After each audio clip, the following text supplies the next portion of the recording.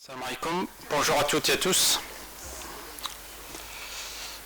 Je vais commencer tout d'abord par vous souhaiter la bienvenue à vous tous, professeurs, chers collègues, doctorants, étudiants.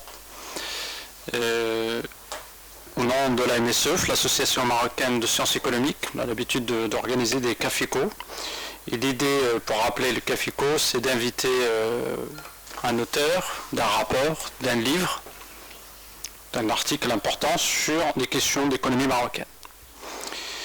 Aujourd'hui, j'ai le plaisir de recevoir un économiste, spécialiste des questions monétaires et de change. On a avec nous M. Omar Bakou. Je le remercie du fond du cœur d'avoir accepté de participer à ce CAFICO-là et présenter son livre, un de ces livres qui aujourd'hui qui nous intéresse, qui s'intitule La convertibilité des dirhams en question, manifeste pour la transition d'une convertibilité désordonnée à une convertibilité ordonnée. Il nous dira pourquoi ce titre, justement. Et puis, je vais en premier présenter l'auteur de ce livre, rapidement. Je vais vous donner la parole, M. Bakou, en premier, pour nous dire un petit peu rapidement la quintessence de ce travail, un vrai travail de recherche. Et puis, je passerai en deuxième lieu la parole à ma collègue Nejab Amel, que je la remercie d'avoir accepté aussi de lire ce livre, le discuter. Et en troisième temps, je donnerai, ou plutôt je céderai la main à la salle, plutôt aux participants ici, pour les questions-réponses. Bien sûr, vous aurez la possibilité après de réagir par rapport aux questions, peut-être aux remarques des collègues et des étudiants ici présents. Monsieur Omar Bakou est un spécialiste, comme j'ai dit au début, des questions monétaires et surtout de change, de par son, on va dire, de métier, aussi de son parcours professionnel à l'Office d'échange. Et surtout, vous avez pris des responsabilités importantes au niveau de cette institution, qui a un lien direct avec la gestion et surtout le contrôle de change. Et puis, en tant que chercheur, vous êtes aussi économiste et chercheur, qui a publié plusieurs articles sur le sujet. Il a publié énormément de travaux dans ce sens. Et 2 livres. J'ai ici un premier livre qui est sorti en 2019, pour mieux comprendre la flexibilité des dirhams au Maroc. Question qui est toujours d'actualité d'ailleurs, il y a des thèses sur ce sujet-là, mais toujours intéressant de traiter ce genre de questions de débat. Et puis le livre qui est l'objet de la discussion d'aujourd'hui, de la convertibilité des dirhams en question, et bien sûr, comme je l'ai dit tout à l'heure, manifeste pour la transition de convertibilité désordonnée à une convertibilité ordonnée. C'est un livre que j'ai lu avec beaucoup d'intérêt. La première fois, je l'ai relu encore une deuxième fois. C'est vrai que j'ai eu l'occasion, pas vraiment de le discuter, mais de participer à sa présentation. C'était dans un autre cadre, à Casablanca, il y a 2-3 mois à peu près. Et j'apprécie ce livre, et je ne vais pas m'attarder, je vais vous passer la parole pour vous le présenter, pour 2 raisons. D'abord, c'est un livre qui intéresse et devrait intéresser tous les économistes, parce que c'est un livre de discipline. Il nous parle d'une question fondamentale en économie qui est la monnaie et le change, la politique de change.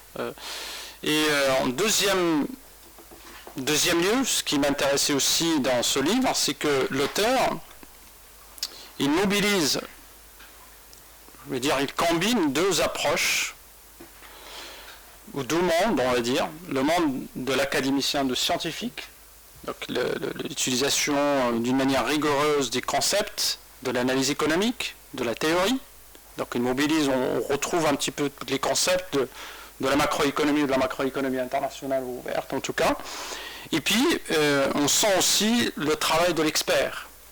L'expert, quelqu'un qui fait des terrains, qui connaît des choses qu'on nous, en tant qu'enseignants, que ce soit de la matière elle-même ou plutôt du domaine de l'économie internationale, on ne voit pas très bien, sinon c'est tout un travail vraiment qui a duré plus d'une vingtaine d'années forcément. Et du coup, on voit cette question de change d'un autre œil, qui est complémentaire, bien sûr, à l'analyse théorique. Donc voilà, il y a une force vraiment à ce livre et le lire. Il y a l'aspect, bien sûr, comme je disais, théorique, et ça nous rappelle un petit peu ce qu'on apprend sur le domaine. Et puis, ces questions qui sont traitées d'un point de vue d'expert, d'un œil d'un grand expert, bien sûr, qui a passé des dizaines et des dizaines d'années dans ce domaine. Sans tarder, je vais vous passer la parole. Prenez le temps que vous voulez, peut-être une quinzaine à 20 minutes, peut-être de présentation.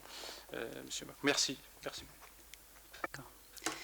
Donc, merci, Monsieur le Président de l'Association marocaine des sciences économiques, Dr Raouf Ardouane, pour cette présentation. Je tiens à remercier également Madame Amel Najeb d'avoir accepté d'assurer cette lourde tâche de discussion, d'évaluation des livres. Je sais que ce n'est pas du tout une tâche facile. Et je tiens à remercier également aussi Nourdin Loufi, parce que tout à l'heure, en le saluant, ça m'a rappelé toute une période qu'on a passée lorsqu'on était à l'école doctorale, et lorsqu'il animait avec un dévouement extraordinaire, je le dis du fond du cœur,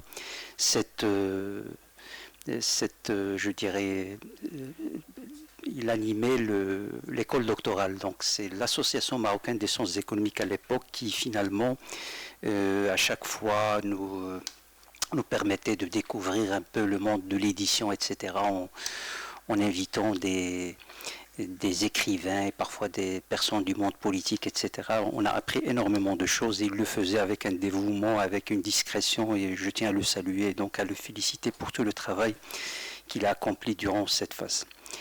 Je tiens à remercier également la présence des chers professeurs et les étudiants doctorants qui sont là. Et je souhaiterais que ce moment-là ne soit pas seulement un moment de discussion autour d'une matière scientifique, d'un livre, mais qui soit un moment d'inspiration pour les futurs doctorants. Pour moi, c'est extrêmement important parce que certainement, la discussion, la matière qu'on va discuter ne va pas intéresser tout le monde. C'est un domaine un peu technique, c'est un domaine, je dirais, réservé à certains professionnels, à certains politiques peut-être, donc il intéresse une catégorie particulière de personnes. Certainement on va le discuter avec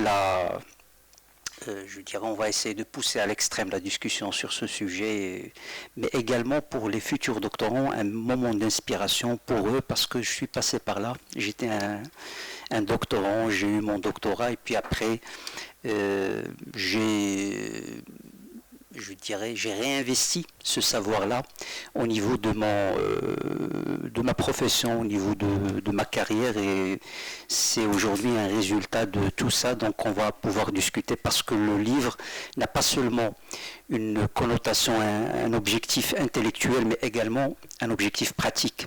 Et ça, c'est extrêmement important, parce que les doctorants doivent savoir que ce qu'ils leur enseigne, que le doctorat, c'est un grand investissement qu'ils peuvent réinvestir et utiliser dans leur carrière professionnelle. Maintenant, par rapport au livre, convertibilité du diagramme en question manifeste pour la transition d'une convertibilité désordonnée à une convertibilité ordonnée. Je pense que d'abord, c'est un livre qui est composé de deux livres. Il y a un livre intellectuel, qui est la première partie, qui est une certaine synthèse des aspects théoriques, conceptuels et empiriques de la politique de contrôle d'échange et de la convertibilité. Donc j'ai essayé de faire une grande synthèse, un tour d'horizon, et j'ai essayé également de je dirais, de réaliser un double défi. C'est à la fois une vulgarisation maximale des concepts et de tous les éléments qui concernent le sujet, mais également d'aller au fin fond des choses. C'est un défi. Je pense que toutes les personnes intéressées par ce sujet, je le dis modestement, ils peuvent trouver dans cette partie, je dirais, les aspects conceptuels et théoriques concernant le sujet.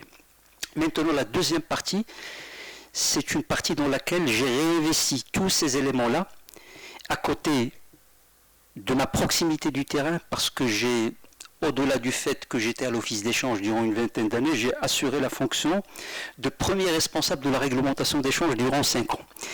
Et donc c'était pour moi une expérience inouïe, parce que pour un connaisseur, un théoricien du sujet, j'étais sur le terrain. Et donc j'ai vu comment les éléments théoriques, comment, quand on les confronte, quand on les met sur le terrain, j'ai vu le décalage tout simplement qu'il y a entre les aspects théoriques, entre la science en quelque sorte, et ce qui se passe sur le terrain. Et donc j'ai réinvesti tout ça pour opérer un diagnostic, d'abord de notre politique de contrôle d'échange du Maroc, et de dégager à l'aune de ce diagnostic un ensemble de recommandations donc pour réformer cette politique. Donc j'ai fait un peu le travail que fait un médecin. C'est-à-dire, j'ai analysé cette politique tout simplement et j'ai dégagé des recommandations pratiques. Et finalement, quelles sont les principales conclusions ou le principal constat que j'ai dégagé. Et on le découvre au niveau du titre, c'est que convertibilité du dirham en question manifeste pour la transition d'une convertibilité de facto désordonnée, j'ai pas voulu, je dirais que le titre soit un peu long, d'une convertibilité de facto désordonnée à une convertibilité de juré ordonnée. Quand je dis convertibilité de facto, ça veut dire tout simplement qu'aujourd'hui, le régime que nous avons est un régime totalement convertible et que personne n'a vu ça. C'est-à-dire que les restrictions qu'on met, c'est des restrictions fictives qui ne protègent rien du tout. Et quand je dis convertibilité désordonnée, ça signifie qu'il y a un certain nombre de désordres dans cette convertibilité, une absence de logique. Donc maintenant, je vais essayer un peu pour mieux clarifier mes propos. Quand je dis, je vais essayer, en même temps pour simplifier les choses, parce que j'ai constaté, j'ai fait 3 ou 4 exposés, à chaque fois je ne suis pas content de mes exposés, parce que je vois que pour simplifier, je vais vous simplifier les choses au maximum. C'est-à-dire, c'est quoi cette question de convertibilité? C'est comme si vous avez le dirham, donc un territoire dirham, il y a les devises. Donc il y a un marché de change. Lorsqu'il y a tous les pays qui ont des monnaies nationales,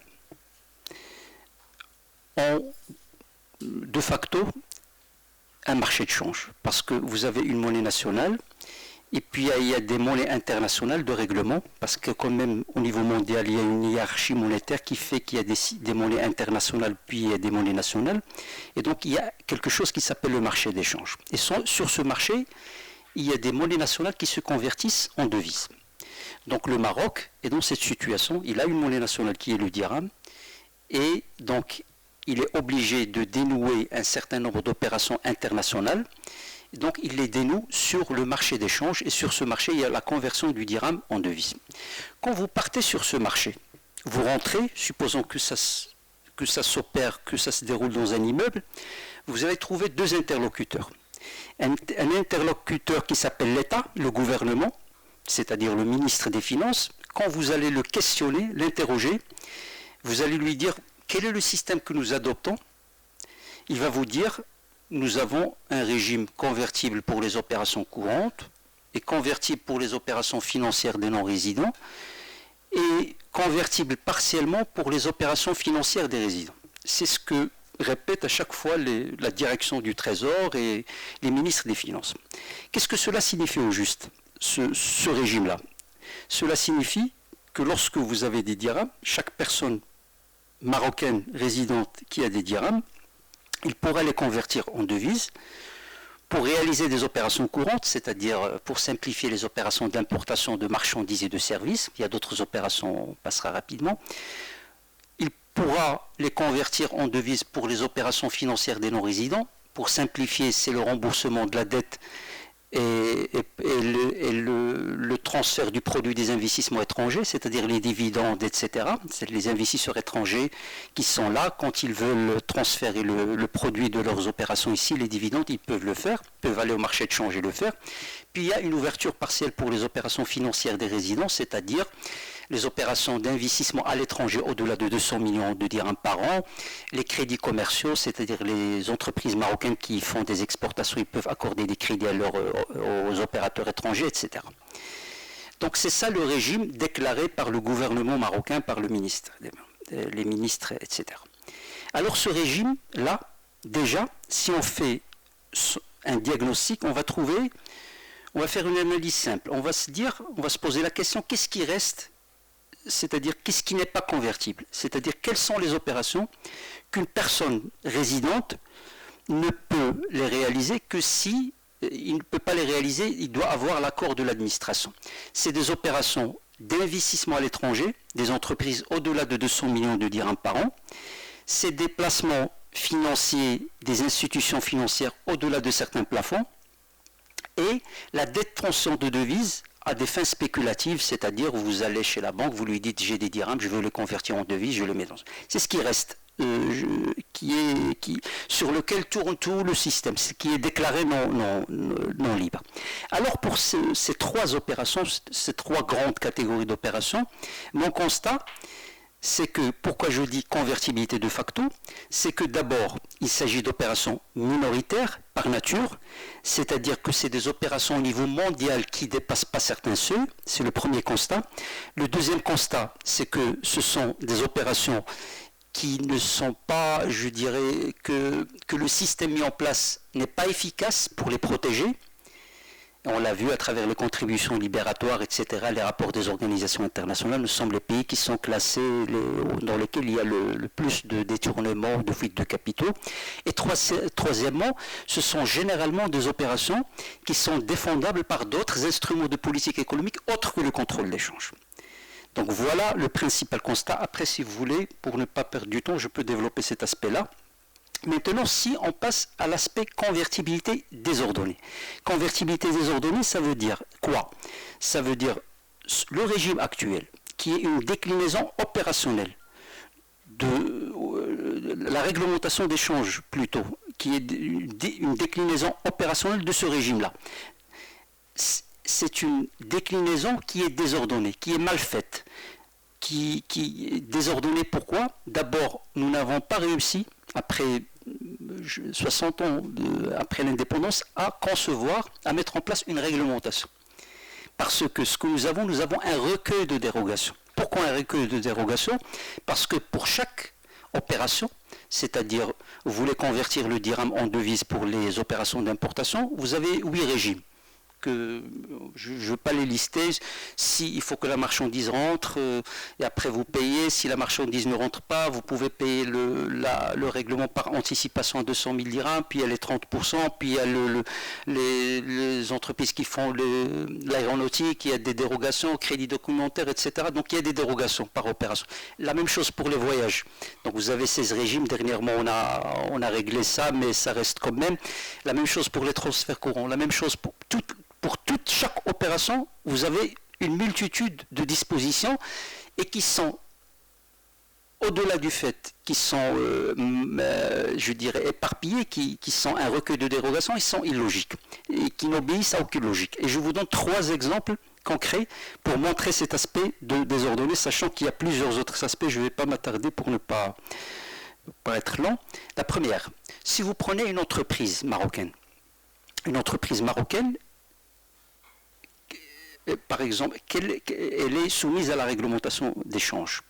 Et cette réglementation lui dit que vous pouvez réaliser une opération d'investissement à l'étranger dans la limite de 200 millions de dirhams, mais cette même réglementation ne lui permet pas de faire un voyage professionnel. Il va lui dire, c'est dans la limite de 500 000 dirhams par an, il faut que vous payiez les impôts, etc.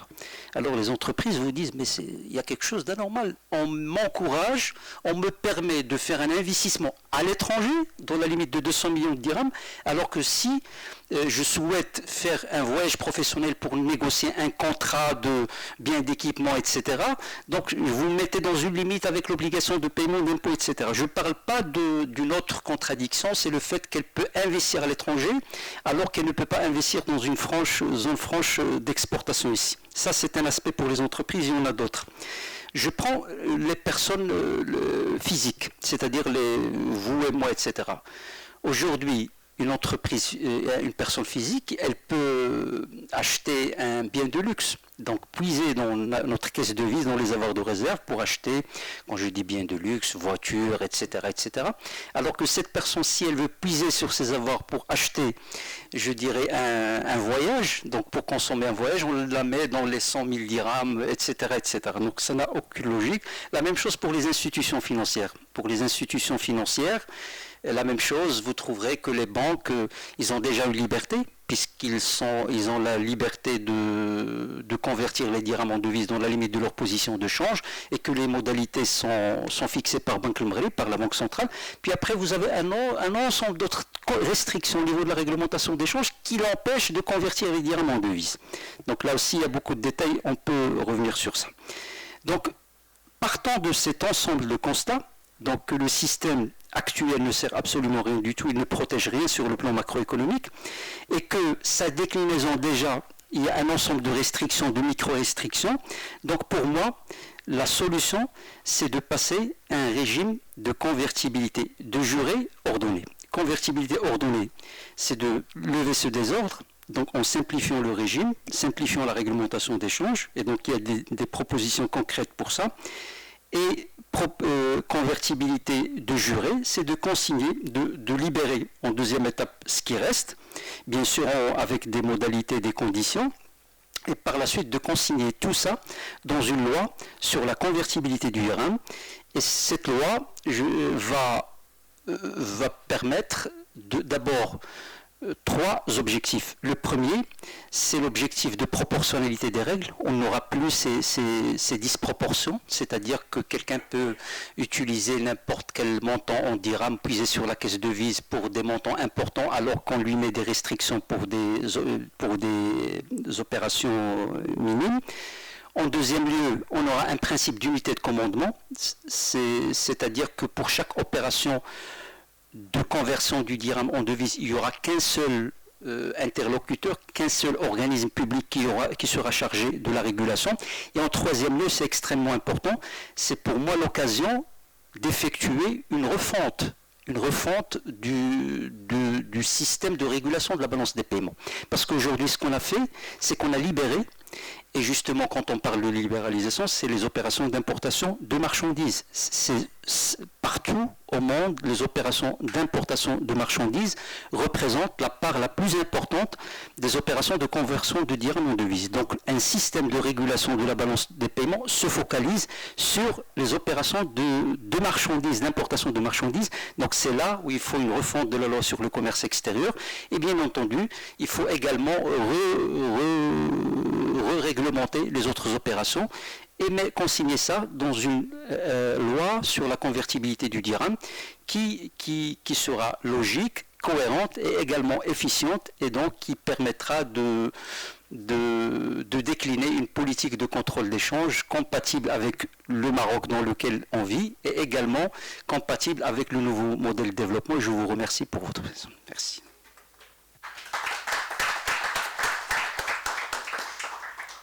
Merci beaucoup, c'est normal pour cette présentation. C'est vrai, bref, mais l'essentiel est dit. Je retiens une chose encore, peut-être une fois, c'est le Maroc, l'actualité, on est vers, ce qu'on entend, de toute façon, c'est d'aller beaucoup plus vers la flexibilité, peut-être vers même libéraliser complètement. Peut-être c'est une question, hein, est-ce que cette flexibilité est corollaire d'une convertibilité ordonnée, ou la convertibilité de facto, comme vous le dites, il est là et ça ne couvre pas. Et puis une deuxième peut-être remarque, je l'ai mis tout de suite, je l'ai soumis pour l'instant, c'est cette politique commerciale internationale et la politique de change qui doivent travailler en concert. Des fois, ce que ne peuvent pas faire la politique de change, la politique commerciale peut-être qui doit jouer sur... On joue sur les deux pieds en quelque sorte, la politique commerciale et la politique de change. Je vais passer la parole à ma collègue professeur Najeb Amel, qui est professeur d'économie à la faculté suisse de l'université Mohammed V. Il travaille justement sur les questions de politique monétaire et il est membre du conseil d'administration de la MSE, conseil actuel. Merci chers collègues. Bismillahirrahmanirrahim. Bonjour tout le monde. Je suis ravie de participer aujourd'hui à ce 65e Café Co organisé par la MSE. Et c'est un réel plaisir d'accueillir parmi nous M. Omar Bekou pour discuter au sujet de son ouvrage qui traite une thématique très importante, à savoir la convertibilité du dirham, et qui est l'une des thématiques les plus importantes en macroéconomie, en finance internationale, mais aussi les plus complexes. Alors, l'objectif, pour retracer un peu le travail réalisé par Bekou, l'objectif de l'ouvrage de M. Bekou est d'analyser l'un des instruments qu'utilise la politique de change pour assurer l'équilibre sur le marché de change, à savoir la politique de contrôle de change. Alors, M. Bekou, il a expliqué l'intérêt de traiter cet aspect-là parce que l'analyse de la politique de contrôle de change n'a pas fait l'objet d'une analyse poussée, d'une réflexion approfondie auparavant, parce que les changements qui ont affecté ou qu'a connu la politique de change, ils ont porté principalement sur la politique de taux de change, ainsi que tout ce qui est accord de coopération de change.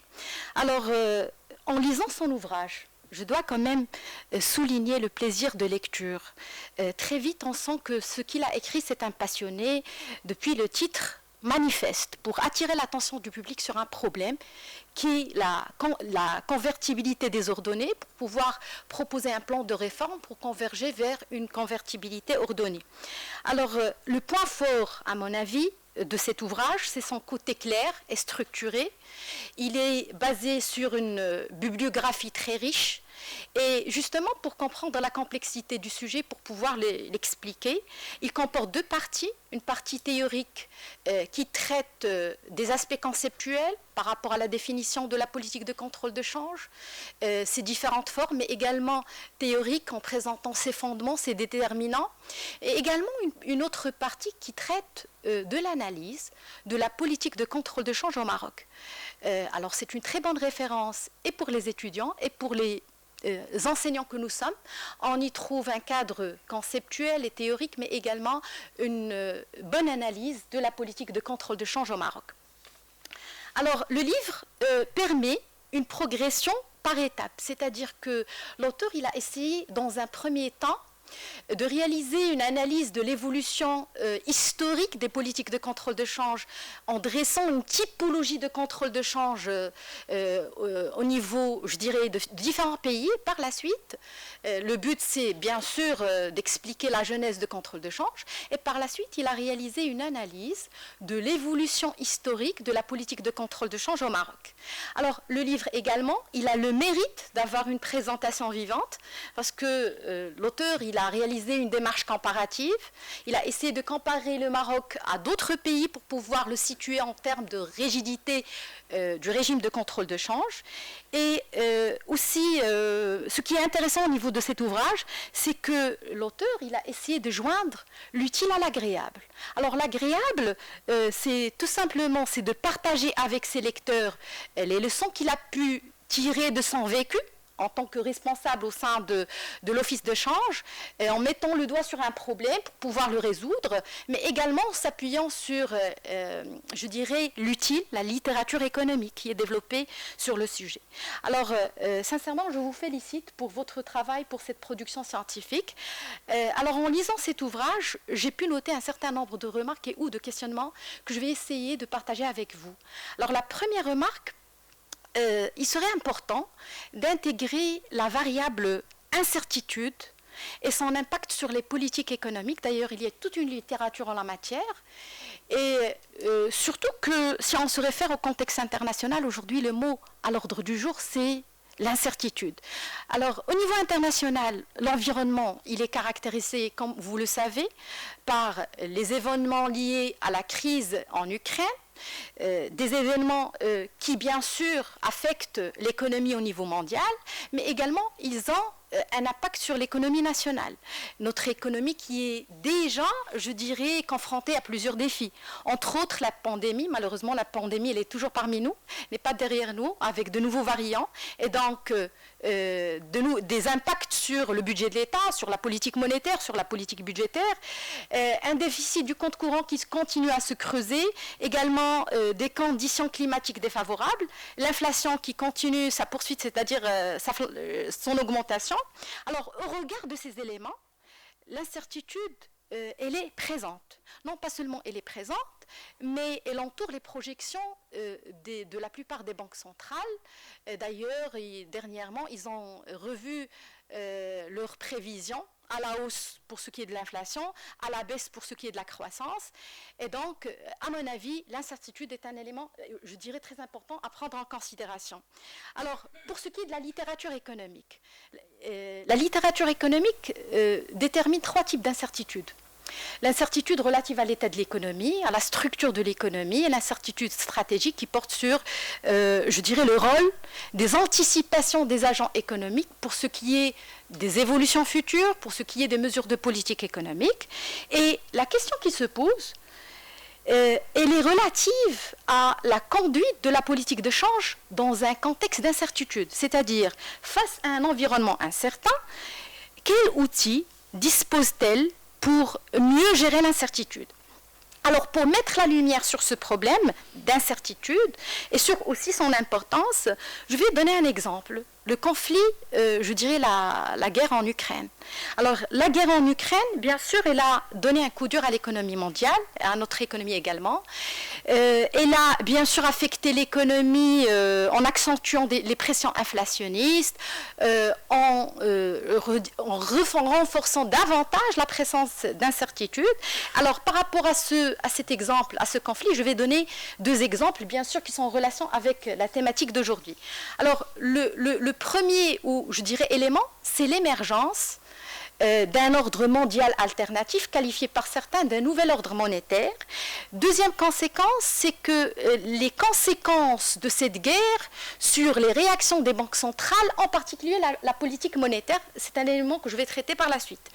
Alors, par rapport au premier point, la crise en Ukraine, elle a, je dirais, et en particulier le gel des avoirs de la banque russe, il est susceptible de remettre en cause, je dirais, le système monétaire international.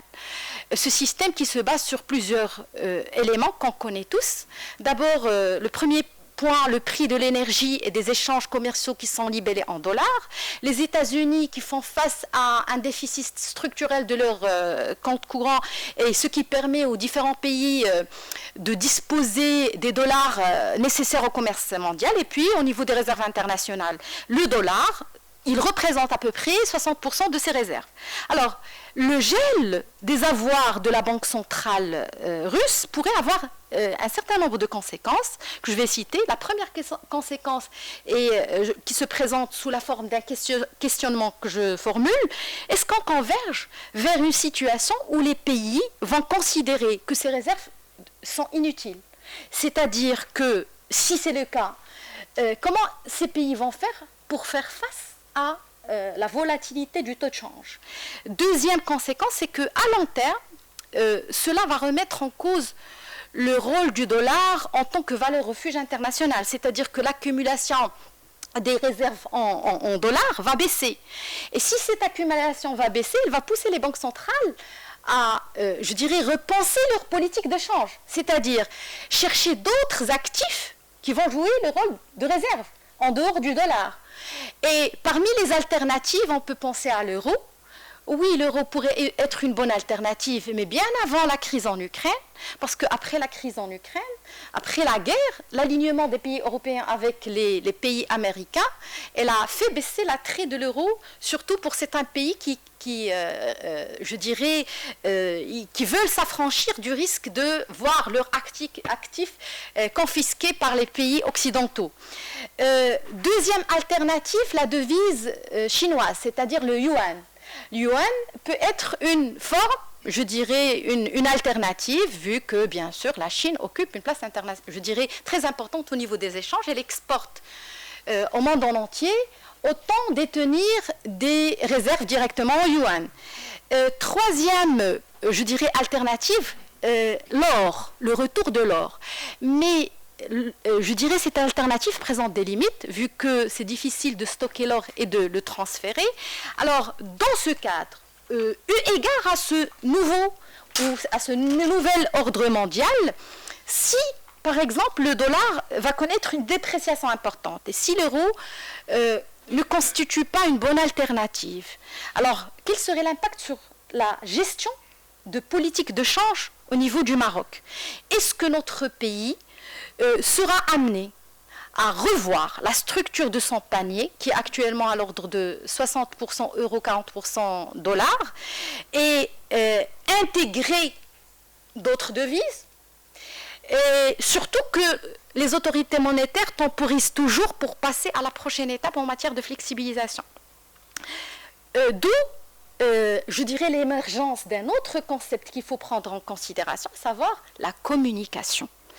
Et la communication donc fera l'objet de ma deuxième remarque. Il serait aussi important d'évoquer la communication et surtout le manque de communication.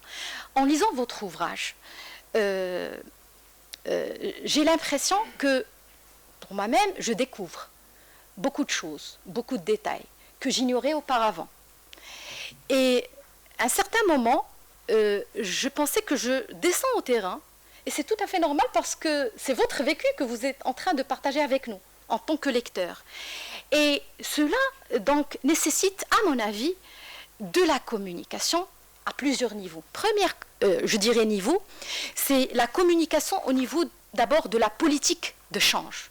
Pourquoi la politique de change? Parce que, malheureusement, on ne communique pas assez. Et ce manque de communication risque de créer des confusions auprès du grand public.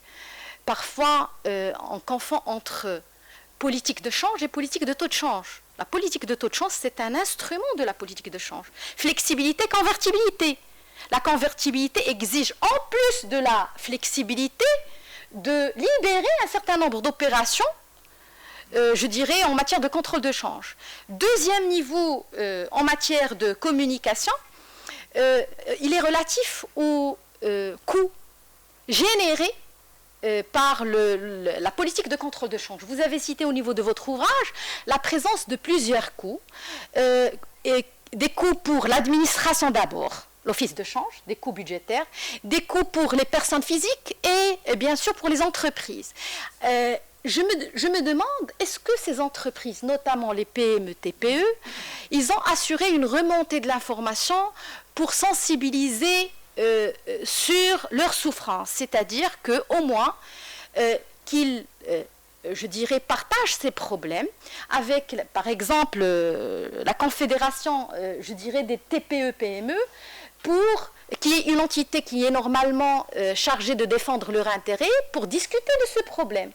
Je sais pertinemment que Sibeko, il a, je dirais, touché un mot assez supérieur pour ce qui est de ce problème, mais normalement, aussi la demande doit émaner des entreprises lésées. Et cette demande doit être récurrente pour que vraiment on résout normalement ce genre de problème. Troisième type de manque de communication, au niveau du passage à la prochaine étape du processus de flexibilisation. Alors, une question qui se répète tout le temps, sommes-nous bien préparés pour ce passage? Qui nous? Banque El Maghreb, bien sûr que Banque El Maghreb, elle est préparée. Le personnel chargé du dossier de ce passage, bien sûr, il a bénéficié de plusieurs cycles de formation, de l'assistance du FMI, de l'expertise d'autres, je dirais, de banques centrales étrangères. Mais les PME, les TPE, qui constituent 90% du tissu national, est-ce qu'elles sont sensibilisées pour les risques, je dirais, engendrés par ce passage? Troisième remarque, elle porte sur, je dirais, la littérature économique qui met l'accent sur les politiques complémentaires au changement de régime de change. Alors, l'abandon du contrôle de change par les pays adoptant un système d'ancrage souple nécessite de disposer d'outils ou de politiques, entre autres politiques monétaires, budgétaires, qui vont permettre la soutenabilité du régime et donc l'abandon du contrôle de change. Alors, par rapport à ce point, je vais vous donner un exemple. Un autre exemple, c'est que toujours la crise en Ukraine, malheureusement, elle a créé un problème, je dirais, pour ce qui est de la réaction de la Banque centrale et donc pour ce qui est de la conduite de la politique monétaire. Alors, la crise en Ukraine, elle a créé ce qu'on appelle, je dirais, un problème en matière de normalisation de la politique monétaire. Qu'est-ce que ça veut dire normalisation? C'est-à-dire en matière de prise de décision pour, par exemple, une remontée des taux d'intérêt. Alors, pour ce qui est de la BCE, je vous donne l'exemple de la BCE, parce que la BCE, elle a connu ce problème. En février 2022, la BCE, elle était sur le champ d'adopter un resserrement au niveau de la politique monétaire, après 2 ans de politique ultra accommodante, bien sûr, elle a mené ces politiques accommodantes pour soutenir l'économie afin de faire face aux conséquences de la crise du Covid. Alors, malheureusement, le conflit actuel, il a changé la donne.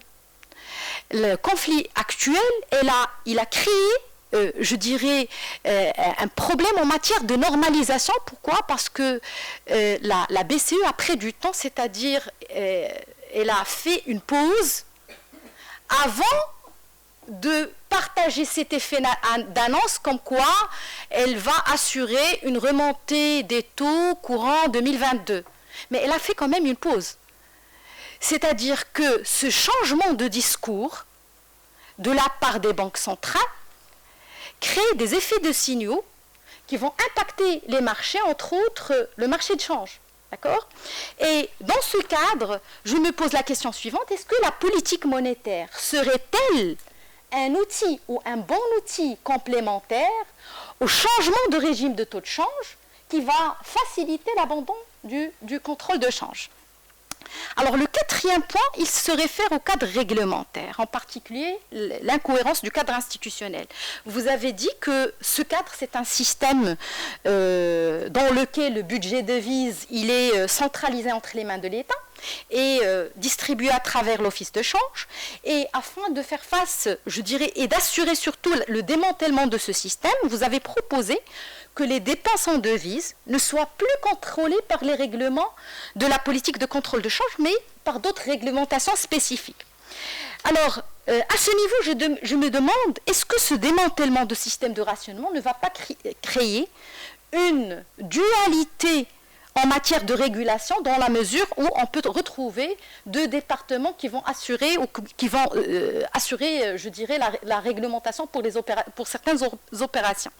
Comment mieux assurer ce transfert de compétences du champ de la politique de contrôle de change vers le champ des autres départements publics?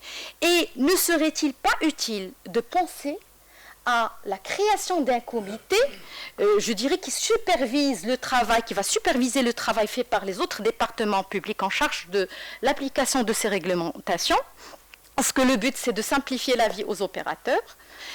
Et par rapport à, je dirais, la 2e mission que vous avez proposée, la mission de régulation des opérations de marché de change, que Banque El Maghreb va assurer, j'ai une question aussi. Avez-vous essayé de prendre contact avec les responsables de Banque El Maghreb pour pouvoir discuter de cette décision que je trouve très importante? Et surtout dans le contexte actuel de la préparation au passage à la prochaine étape en matière de flexibilisation. Et comment va se positionner cette loi sur la convertibilité par rapport au processus actuel de flexibilisation du dirham? Voilà, je vais me contenter de ces remarques et merci. Très bien, merci beaucoup. Merci beaucoup Najeb pour cette lecture de ce livre assez attentif, assez détaillé. Je crois que sur Omar a pris note aussi. Il y avait dans la lecture certaines questions, certaines remarques. Peut-être il reviendra dessus. Je crois que on pourrait vous donner peut-être la parole tout de suite si jamais vous avez une réaction par rapport à la lecture de ma collègue Najeb sur le livre. Et puis je donnerai aussi la parole à la salle. Si vous avez une réaction peut-être. Oui, j'ai plusieurs réactions. Bon, il y a en fait vous avez soulevé plusieurs aspects et je ne sais pas comment je vais aborder tout ça. La dernière, je vais commencer par votre dernière interrogation sur comment gérer tout ça. C'est-à-dire, il y a une confusion peut-être, c'est que nous, on ne va pas passer d'un système de gestion de budget devise à un autre système. En fait, le système de 1958, qu'on a mis en place en 1958, c'était le système de gestion du budget devise. C'est-à-dire qu'à l'époque, là, on ne parlait pas d'avoir de réserve, on parlait de caisse devise. Mais c'était vraiment une caisse devise, c'est-à-dire c'était une caisse qui appartenait à l'État. Parce que la production de devises s'opérait par l'État. La majorité, le système qui a été mis en place de 58 à 83, et presque même à 93, c'était finalement un système, on n'était pas dans une économie de marché. Les secteurs stratégiques de l'économie étaient entre les mains de l'État. Et donc, puisqu'ils étaient entre les mains de l'État, il y avait un système d'allocation des ressources par l'État. Ce qui fait que les marchés, qui signifie offre-demande, ne fonctionnaient pas selon les règles de marché, mais selon des règles anti-marché.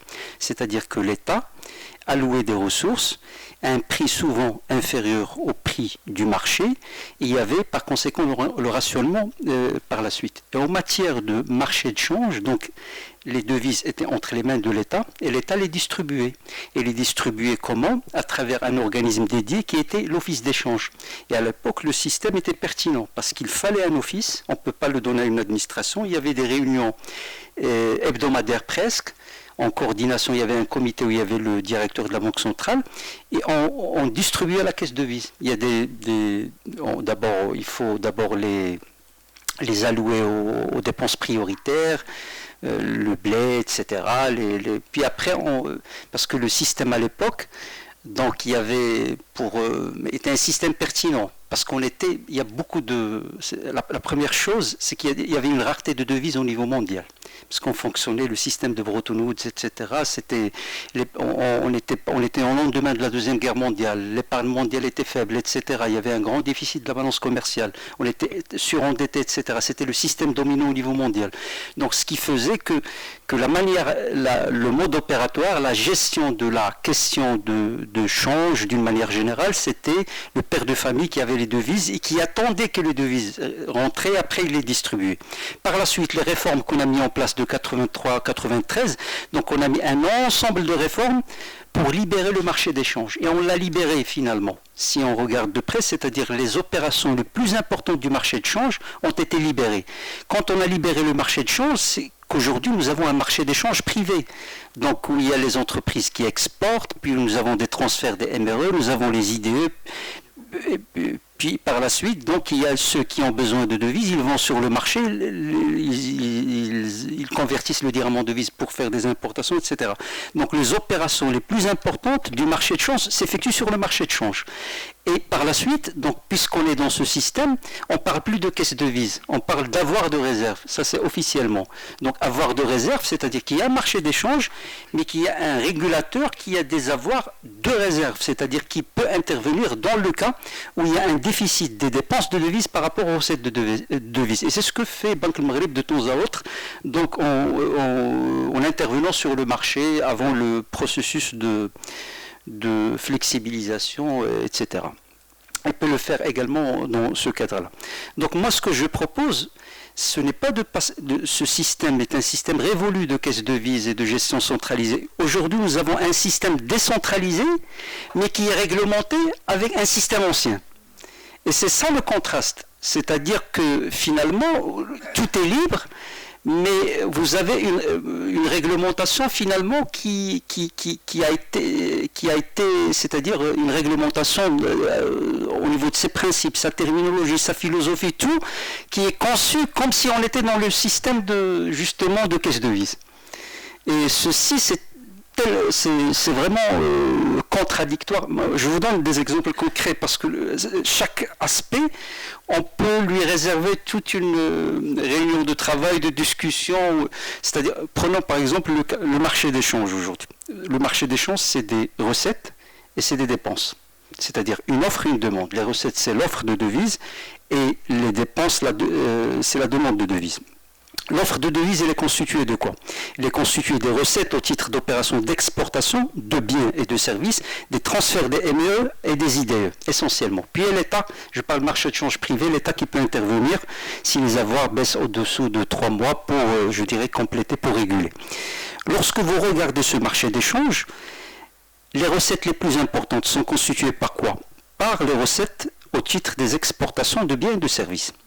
Alors ces opérations d'exportation de biens et de services, ils sont libres depuis une quinzaine d'années et personne n'a vu ça. Je vous explique comment ils sont libres. Premièrement, vous avez les exportateurs qui peuvent loger dans des comptes en devises 70% de leurs recettes d'exportation. C'est quoi les comptes en devises? Les comptes en devises, c'est des comptes ouverts au Maroc, donc domiciliés au Maroc, mais qui sont dans le marché étranger. Les devises ne rentrent pas. Les devises qui sont dans les comptes en devises ne sont pas au Maroc. Lorsqu'il s'agit de dollars, ils sont sur le marché américain. Parce que pour les mouvementer, ils passent par la chambre de compensation de la Banque centrale émettrice de monnaie. Donc déjà, quand il y a cet aspect-là, donc il faut tout lever. Parce que c'est quoi un marché? C'est les recettes. Et après, donc c'est à partir de ces recettes qu'on dépense. Mais quand vous libérez les recettes, donc il y a plus, ça, l'histoire est terminée parce que les détenteurs de recettes, de devises, peuvent ne pas les acheminer sur le marché de change. Et aucune contrainte, ils ne sont pas contraints. Donc moi, ce que je propose, ce n'est pas de passer un système, mais de régulariser une situation. C'est-à-dire, puisqu'on est sur un marché libre de facto, c'est de consigner ça sur le plan réglementaire pour éviter des problématiques de terrain. Parce que quand je parle par exemple de questions d'exportation, vous allez me dire, je l'ai dit avant, que ce n'est pas un problème, tout ça c'est gérable. Mais le problème qui se passe, c'est que sur le terrain, vous avez toute une administration qui contrôle. Et donc, il y a beaucoup de dossiers, beaucoup de choses sur des choses futiles. Un exportateur qui, je l'ai dit avant, de babouche, etc., il tombe sur les filets, il y a des procédures, etc. Je vous donne d'autres exemples. Par exemple, vous prenez les investisseurs étrangers. Vous savez que les exportations marocaines, il n'y a pas de statistiques officielles, mais presque 50%, 40% sont constitués, s'opèrent par des investisseurs étrangers. Par exemple, la Chine, il y avait une statistique, c'était presque 50%, en Pologne c'est 70%, moi je me réfère à ces chiffres-là, pour finalement, quoi qu'on n'a pas de statistiques officielles, mais je peux, je dirais, m'avancer sur un chiffre d'environ 50%. Alors, dans ces exportateurs, qui sont des investisseurs étrangers, ils sont obligés ou ils sont encadrés par ce cadre, par ce régime-là qui leur dit vous êtes obligés de rapatrier. Mais qu'est-ce qui se passe? Vous avez un opérateur étranger qui peut transférer ses dividendes, ce qu'il gagne. Et après, vous lui dites, vous rapatriez les recettes d'exportation. Quand vous parlez d'exportateur de services, vous l'obligez à rapatrier, et ce qu'il va rapatrier, il va le transférer par la suite sous forme de dividendes. Moi, je donne des exemples, que j'ai ces dossiers que j'ai vus, et après, donc, s'il ne rapatrie pas dépasse de 2 mois, il tombe sous des sanctions, etc., etc., parce qu'il suffit d'avoir ce mouvement de va-et-vient. Donc il y a plein de contradictions comme ça qui ne servent à rien du tout, qu'on ne peut voir ou observer que lorsqu'on pratique les choses. Donc moi, c'est mon idée, c'est-à-dire qu'aujourd'hui, quand on regarde, quand on combine tous les aspects, on est finalement sur un marché d'échange totalement libre. Presque. Et donc, l'idée, c'est d'accompagner ça sur le plan réglementaire par des dispositions cohérentes avec la liberté qu'on a mis en place. Parce que le problème, c'est qu'on a libéré avec un logiciel programmatique ancien. Et dans ce logiciel, l'essence, c'est ce système réglementaire qui remonte à 39, 40, 44, 58, etc. Et qui crée des problèmes de problèmes graves sur le terrain pour les opérateurs économiques, notamment pour les investisseurs étrangers. Donc maintenant, comment gérer un deuxième aspect, c'est-à-dire ce que je propose, c'est-à-dire qu'il y aura une séparation entre les réglementations. Parce qu'aujourd'hui, justement, il y a une dualité réglementaire. C'est-à-dire nous avons ce système de contrôle d'échange pur qui persiste jusqu'à aujourd'hui dans les textes, et vous avez une décentralisation des devis. Je donne un exemple très simple pour être clair. Vous avez les importations de marchandises, la question est tranchée. Aujourd'hui, au niveau de la réglementation d'échange, on vous dit que c'est libre et que c'est la loi du commerce extérieur qui s'en occupe. Donc vous ne trouverez aucun contentieux qui concerne la conversion du dirham en devise pour réaliser des opérations d'importation de marchandises. Quand vous allez vers les services, ce n'est pas le cas. Les services, on a c'est-à-dire au moins une centaine de catégories d'opérations d'importation de services, l'expertise, l'assistance technique étrangère, etc., les management fees, etc. Toutes les multinationales qui sont présentes ici, ils consomment beaucoup de services de l'étranger. Alors il y a un grand problème. Pourquoi? Parce que vous avez la réglementation d'échange qui se mêle de ça dans ces textes, c'est-à-dire qu'elle peut revoir et notamment réviser à la hausse, plutôt à la baisse, à la hausse, c'est-à-dire quand il y a une opération d'importation des services, elle peut contester le montant. Donc considérer s'il y a une opération importante, elle peut dire que c'est exagéré, que c'est une opération de transfert frauduleux d'argent, mais il y a le fisc également. Alors, puisque ça tombe sous le coup du fisc, donc il faut déjà, dans les textes, c'est le fisc, il est habilité, l'administration des impôts, à contrôler toutes ces opérations. Pourquoi laisser cette dualité réglementaire alors qu'elle crée des problèmes sur le terrain? Parce que la problématique du prix de transfert, il y a souvent les administrations publiques, chacune a sa manière d'évaluer les opérations d'importation de services. On va par exemple vers les opérations de placement des banques. Vous avez aujourd'hui les opérations de placement qui sont totalement libres, c'est-à-dire que les banques marocaines peuvent faire ce qu'on appelle gérer leur position de change dans la limite de 20% de leurs fonds propres, mais vous avez également la réglementation d'échange qui leur dit vous ne pouvez accorder les crédits commerciaux que dans la limite de 85%, vous ne pouvez accorder des prêts en devises que pour certaines opérations d'importation, donc il y a une liste, alors que c'est contradictoire. Vous avez deux administrations qui réglementent la même chose, avec des contradictions entre les deux. Je vous donne un exemple très simple. Par exemple, une banque marocaine, aujourd'hui, elle est contactée par un opérateur étranger, par une entreprise marocaine en fait, qui est présente à l'étranger, qui veut qu'elle la cautionne dans une opération. Alors vous trouverez qu'au niveau de la réglementation d'échange, ce n'est pas possible. Elle ne peut donner une caution qu'au titre d'une opération d'importation, etc., etc. Alors que la banque peut puiser dans ses avoirs en devise dans la limite de 20%, donc on lui donne une limite, mais en même temps, vous trouverez pour des petites opérations, il y a une autre réglementation qui lui dit, moi, voilà, j'ai peur que vous utilisez mal ça, alors que ça je dirais, c'est du ressort de la réglementation prudentielle. Donc il y a plein de contradictions. Donc pour moi, c'est d'opérer cette frontière, cette séparation entre les opérations, ce que j'appelle sous-jacentes aux opérations du marché de change, c'est-à-dire des opérations qui donnent lieu à conversion du dirham en devise, qui sont déjà réglementées aujourd'hui par d'autres opérateurs, par d'autres administrations, donc leur transférer ça, et puis ce qui va rester, c'est les opérations du marché de change, achat, vente et opérations de couverture, qui est déjà du ressort de Banque Maghreb. Donc pour moi, je ne propose pas quelque chose de... C'est-à-dire si vous ramenez un doctorant ou quelqu'un bac plus 4 logique, quand il va avoir le système, il va vous dire ce que je suis en train de vous dire. C'est-à-dire, pour moi, c'est pas du génie, c'est pas de l'expertise, c'est une observation logique que j'ai dégagée. C'est-à-dire, je peux même m'auto-préclamer en tant que rentier. C'est-à-dire, c'est quelqu'un qui a pu observer quelque chose qui aurait pu sauter aux yeux de n'importe qui. C'est-à-dire, c'est pas du génie, ça. Je ne sais pas s'il y a d'autres... On donne la salle, parce qu'il y a beaucoup d'autres questions, mais oui. Très bien. Je retiens cette histoire de dualité, peut-être, ce que fait la douane, ce que fait le fisc de change, peut-être pour vous-même. Donc on va donner une première liste de questions à la salle. C'est Hia. C'est Omar, merci beaucoup de venir et pour présenter votre ouvrage. C'est Omar Bakou, c'est un profil idéal de l'économiste. Il a une expérience professionnelle et en même temps, il est chercheur, économiste, il a fait une thèse. Donc il combine un peu ces deux expériences qui sont extrêmement utiles et qui sont rares. Les cas qui sont comme Cheikh Omar sont très rares. C'est une chance d'avoir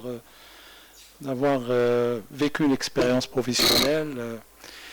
Il y en a d'autres, mais lui, il a cette dimension de chercheur, donc son expérience, il fait de la réflexivité sur son vécu et il livre ça au public et notamment à la communauté des économistes. Donc je le remercie beaucoup pour cela.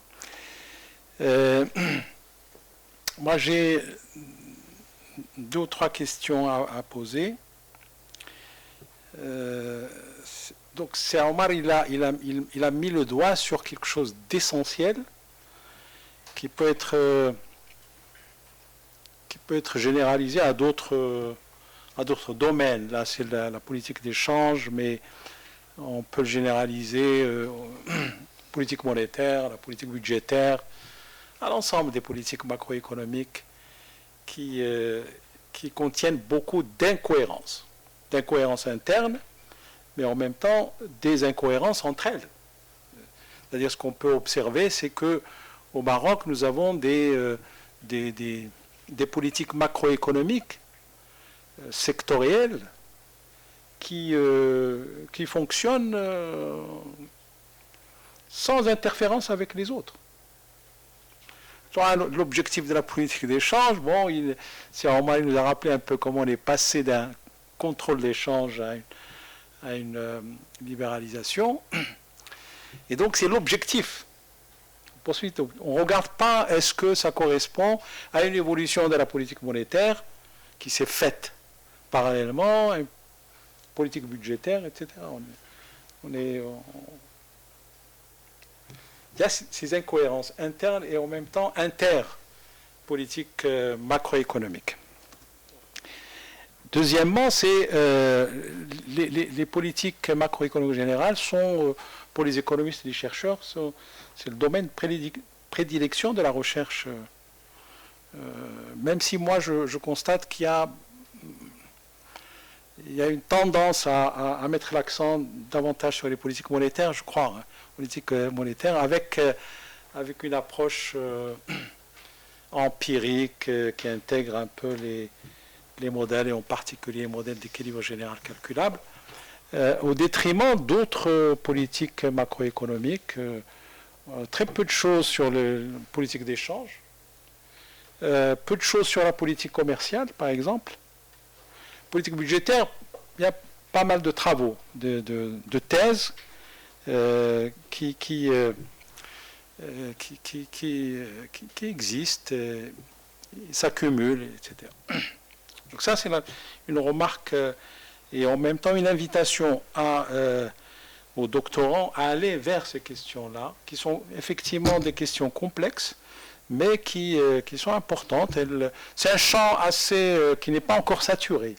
Donc, si vous voulez apporter une valeur ajoutée, vous avez un domaine qui est encore en jachère. Il faut y aller. Alors, mes questions, c'est deux questions que j'ai notées.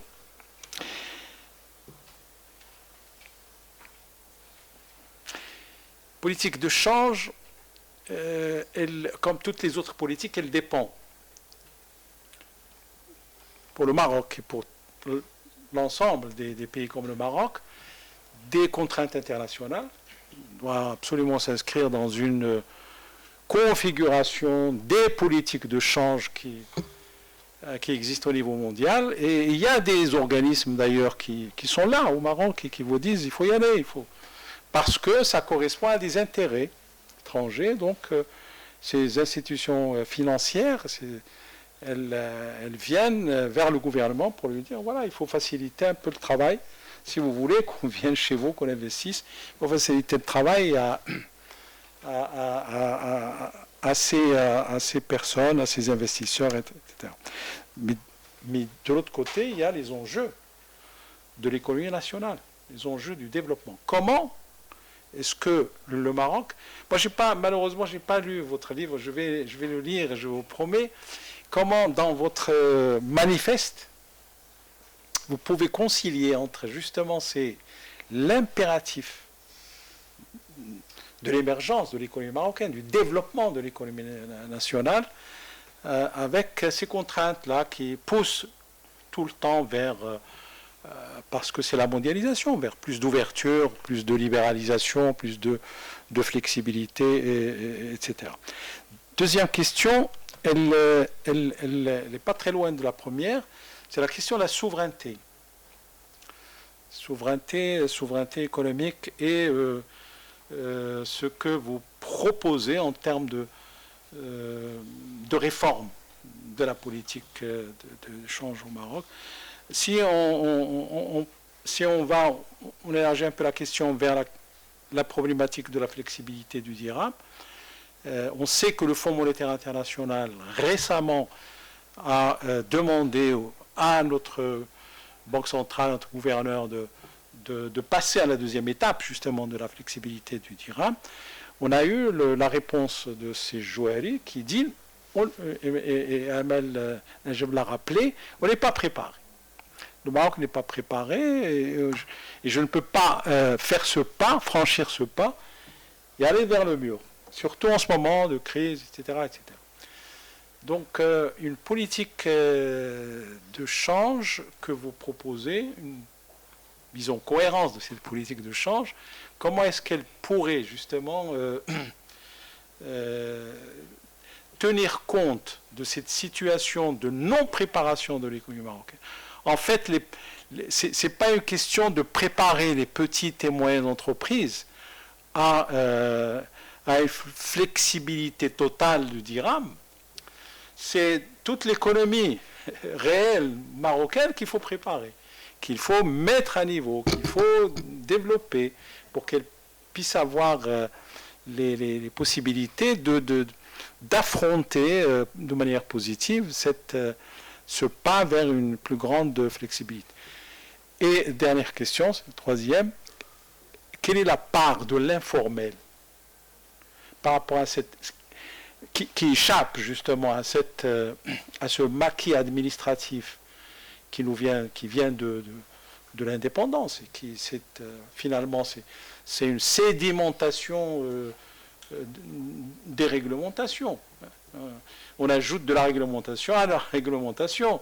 Donc il n'y a pas une remise en question générale, comme vous le souhaitez, une mise à jour de la réglementation pour la mettre en cohérence interne d'abord et puis pour la mettre en cohérence avec les autres politiques macroéconomiques. Quelle est la part justement que joue l'informel dans ces difficultés? Merci. Alors, salam alaikum. Donc, je tiens à remercier professeur Bakou pour la présentation, c'est bon, de qualité. Je tiens à remercier aussi Madame Najab pour les efforts qu'elle a fait pour la lecture et Saad Ardouane pour l'organisation de ces manifestations scientifiques.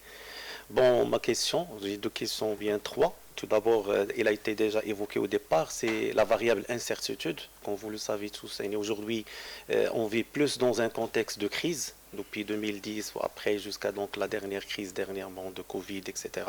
Et la guerre aussi donc de l'Ukraine avec la Russie aussi. Alors les banques centrales, je pense que les politiques monétaires actuellement, c'est comme on est dans un stade ils sont devenus donc caduques. Ça veut dire il n'y a plus de visibilité sur l'action qu'on devrait faire, et d'ailleurs le taux de change fait partie, la politique de change fait partie de cette conception. Donc je reviens à l'idée de la volatilité de notre taux de change. Donc malgré la révision du panier, donc passant de 80-20 après 60-40, donc ma question est la suivante. Est-ce que vous ne voyez pas donc surtout actuellement on parle d'un nouveau ordre, si on veut dire international, de le fait de laisser donc le dollar comme moyen de paiement international, etc. Est-ce qu'il n'y a pas lieu d'intégrer par exemple d'autres devises? Et comment peut-on concevoir, ça veut dire une politique de taux de change en cohérence avec une politique commerciale pour qu'on puisse dépasser un certain nombre de contraintes. Ça veut dire parce que donc toujours cette volatilité reste liée, donc il impacte, si on veut dire, la structure de notre commerce extérieur, donc globalement. La deuxième question, je ne sais pas, donc j'ai en vrac, est-ce que vous n'avez pas évoqué par exemple une étude comparative sur l'idée de la convertibilité pour certains pays qui sont par exemple devancés par rapport à d'autres et tirer des conclusions? Donc, deuxième question.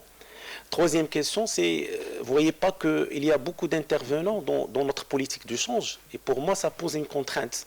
Ça veut dire l'office d'échange, Banque centrale, la douane, où je pense que ça pose une contrainte pour notre politique de change. Et d'ailleurs, vous avez dit qu'on est déjà dans une convertibilité, soi-disant, désordonnée, mais en fait, on veut, c'est ça, donc ça veut dire on veut passer à une convertibilité donc ordonnée, et est-ce qu'on ne risque pas de diluer le rôle de l'office d'échange? Je ne vois pas, dans un contexte de libéralisation, quel rôle doit jouer donc l'office? Est-ce qu'on est obligé de passer, par exemple, par l'office d'échange, chaque fois, faire des déclarations, etc., pour avoir Voilà, et merci pour votre attention. Merci pour vos questions. Bon, il y a certaines questions qui... Moi, je n'ai pas le monopole de l'expertise. Alors, chacun, il a... modestement, je vais dire ce que je sais, ce que je connais de certains sujets. Donc il y a certaines, comme si là, ils posent les questions, mais ils ont en arrière-plan toute une réflexion là-dessus. Qui décide au niveau de la convertibilité? C'est le ministère des Finances. C'est le ministère des Finances. C'est le gouvernement. Et bien sûr, derrière le gouvernement, il y a l'État. On connaît ce qui décide au Maroc. Donc il y a les hautes instances qui supervisent ça et qui décident.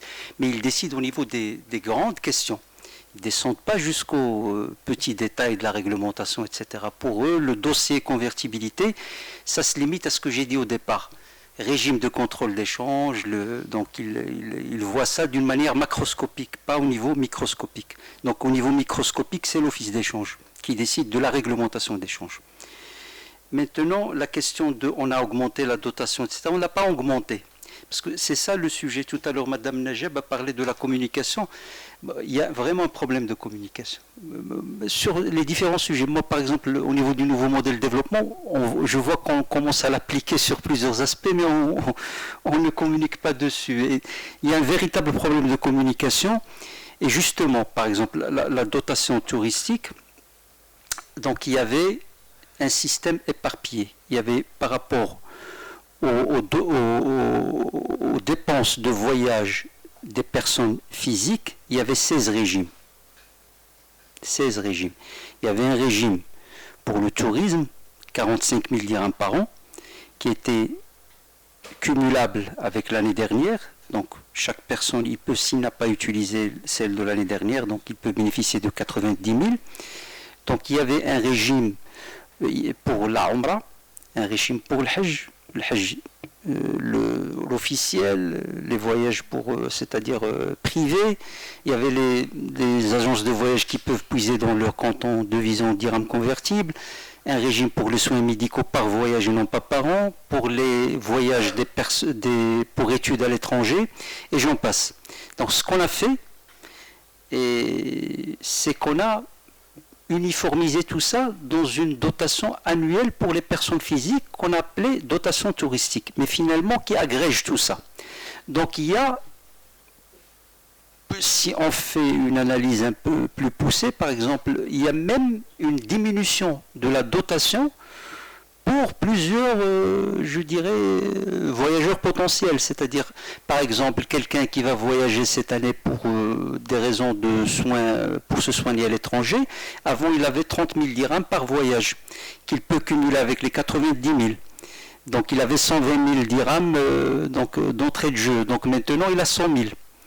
Et la même chose pour les étudiants à l'étranger, donc on a uniformisé, mais on n'a pas uniformisé comme je le propose, parce que pour moi je propose de considérer le voyage comme une opération normale, comme toutes les transactions, et donc ça devient une opération, c'est-à-dire une dotation par transaction. Vous voyagez aujourd'hui, vous avez une dotation. Si vous voyagez d'ici 3 mois, vous avez une dotation.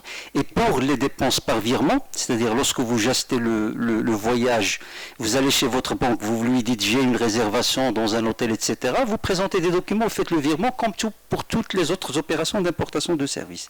Et ça n'a aucun impact en fin de compte sur les avoirs de réserve et sur les équilibres, pour plusieurs raisons. C'est-à-dire qu'aujourd'hui, si on regarde la structure des utilisateurs, des voyageurs potentiels, vous allez trouver que 99% des voyageurs, ça c'est les chiffres des agences de voyage, etc., 99% qui ont des dépenses qui ne dépassent pas 20 000 dirhams par an. Ça dépend des revenus. Donc le voyage, c'est un loisir, donc il est dans la logique des revenus, des dépenses de consommation, etc. Donc revenus, consommation, loisirs, voyage.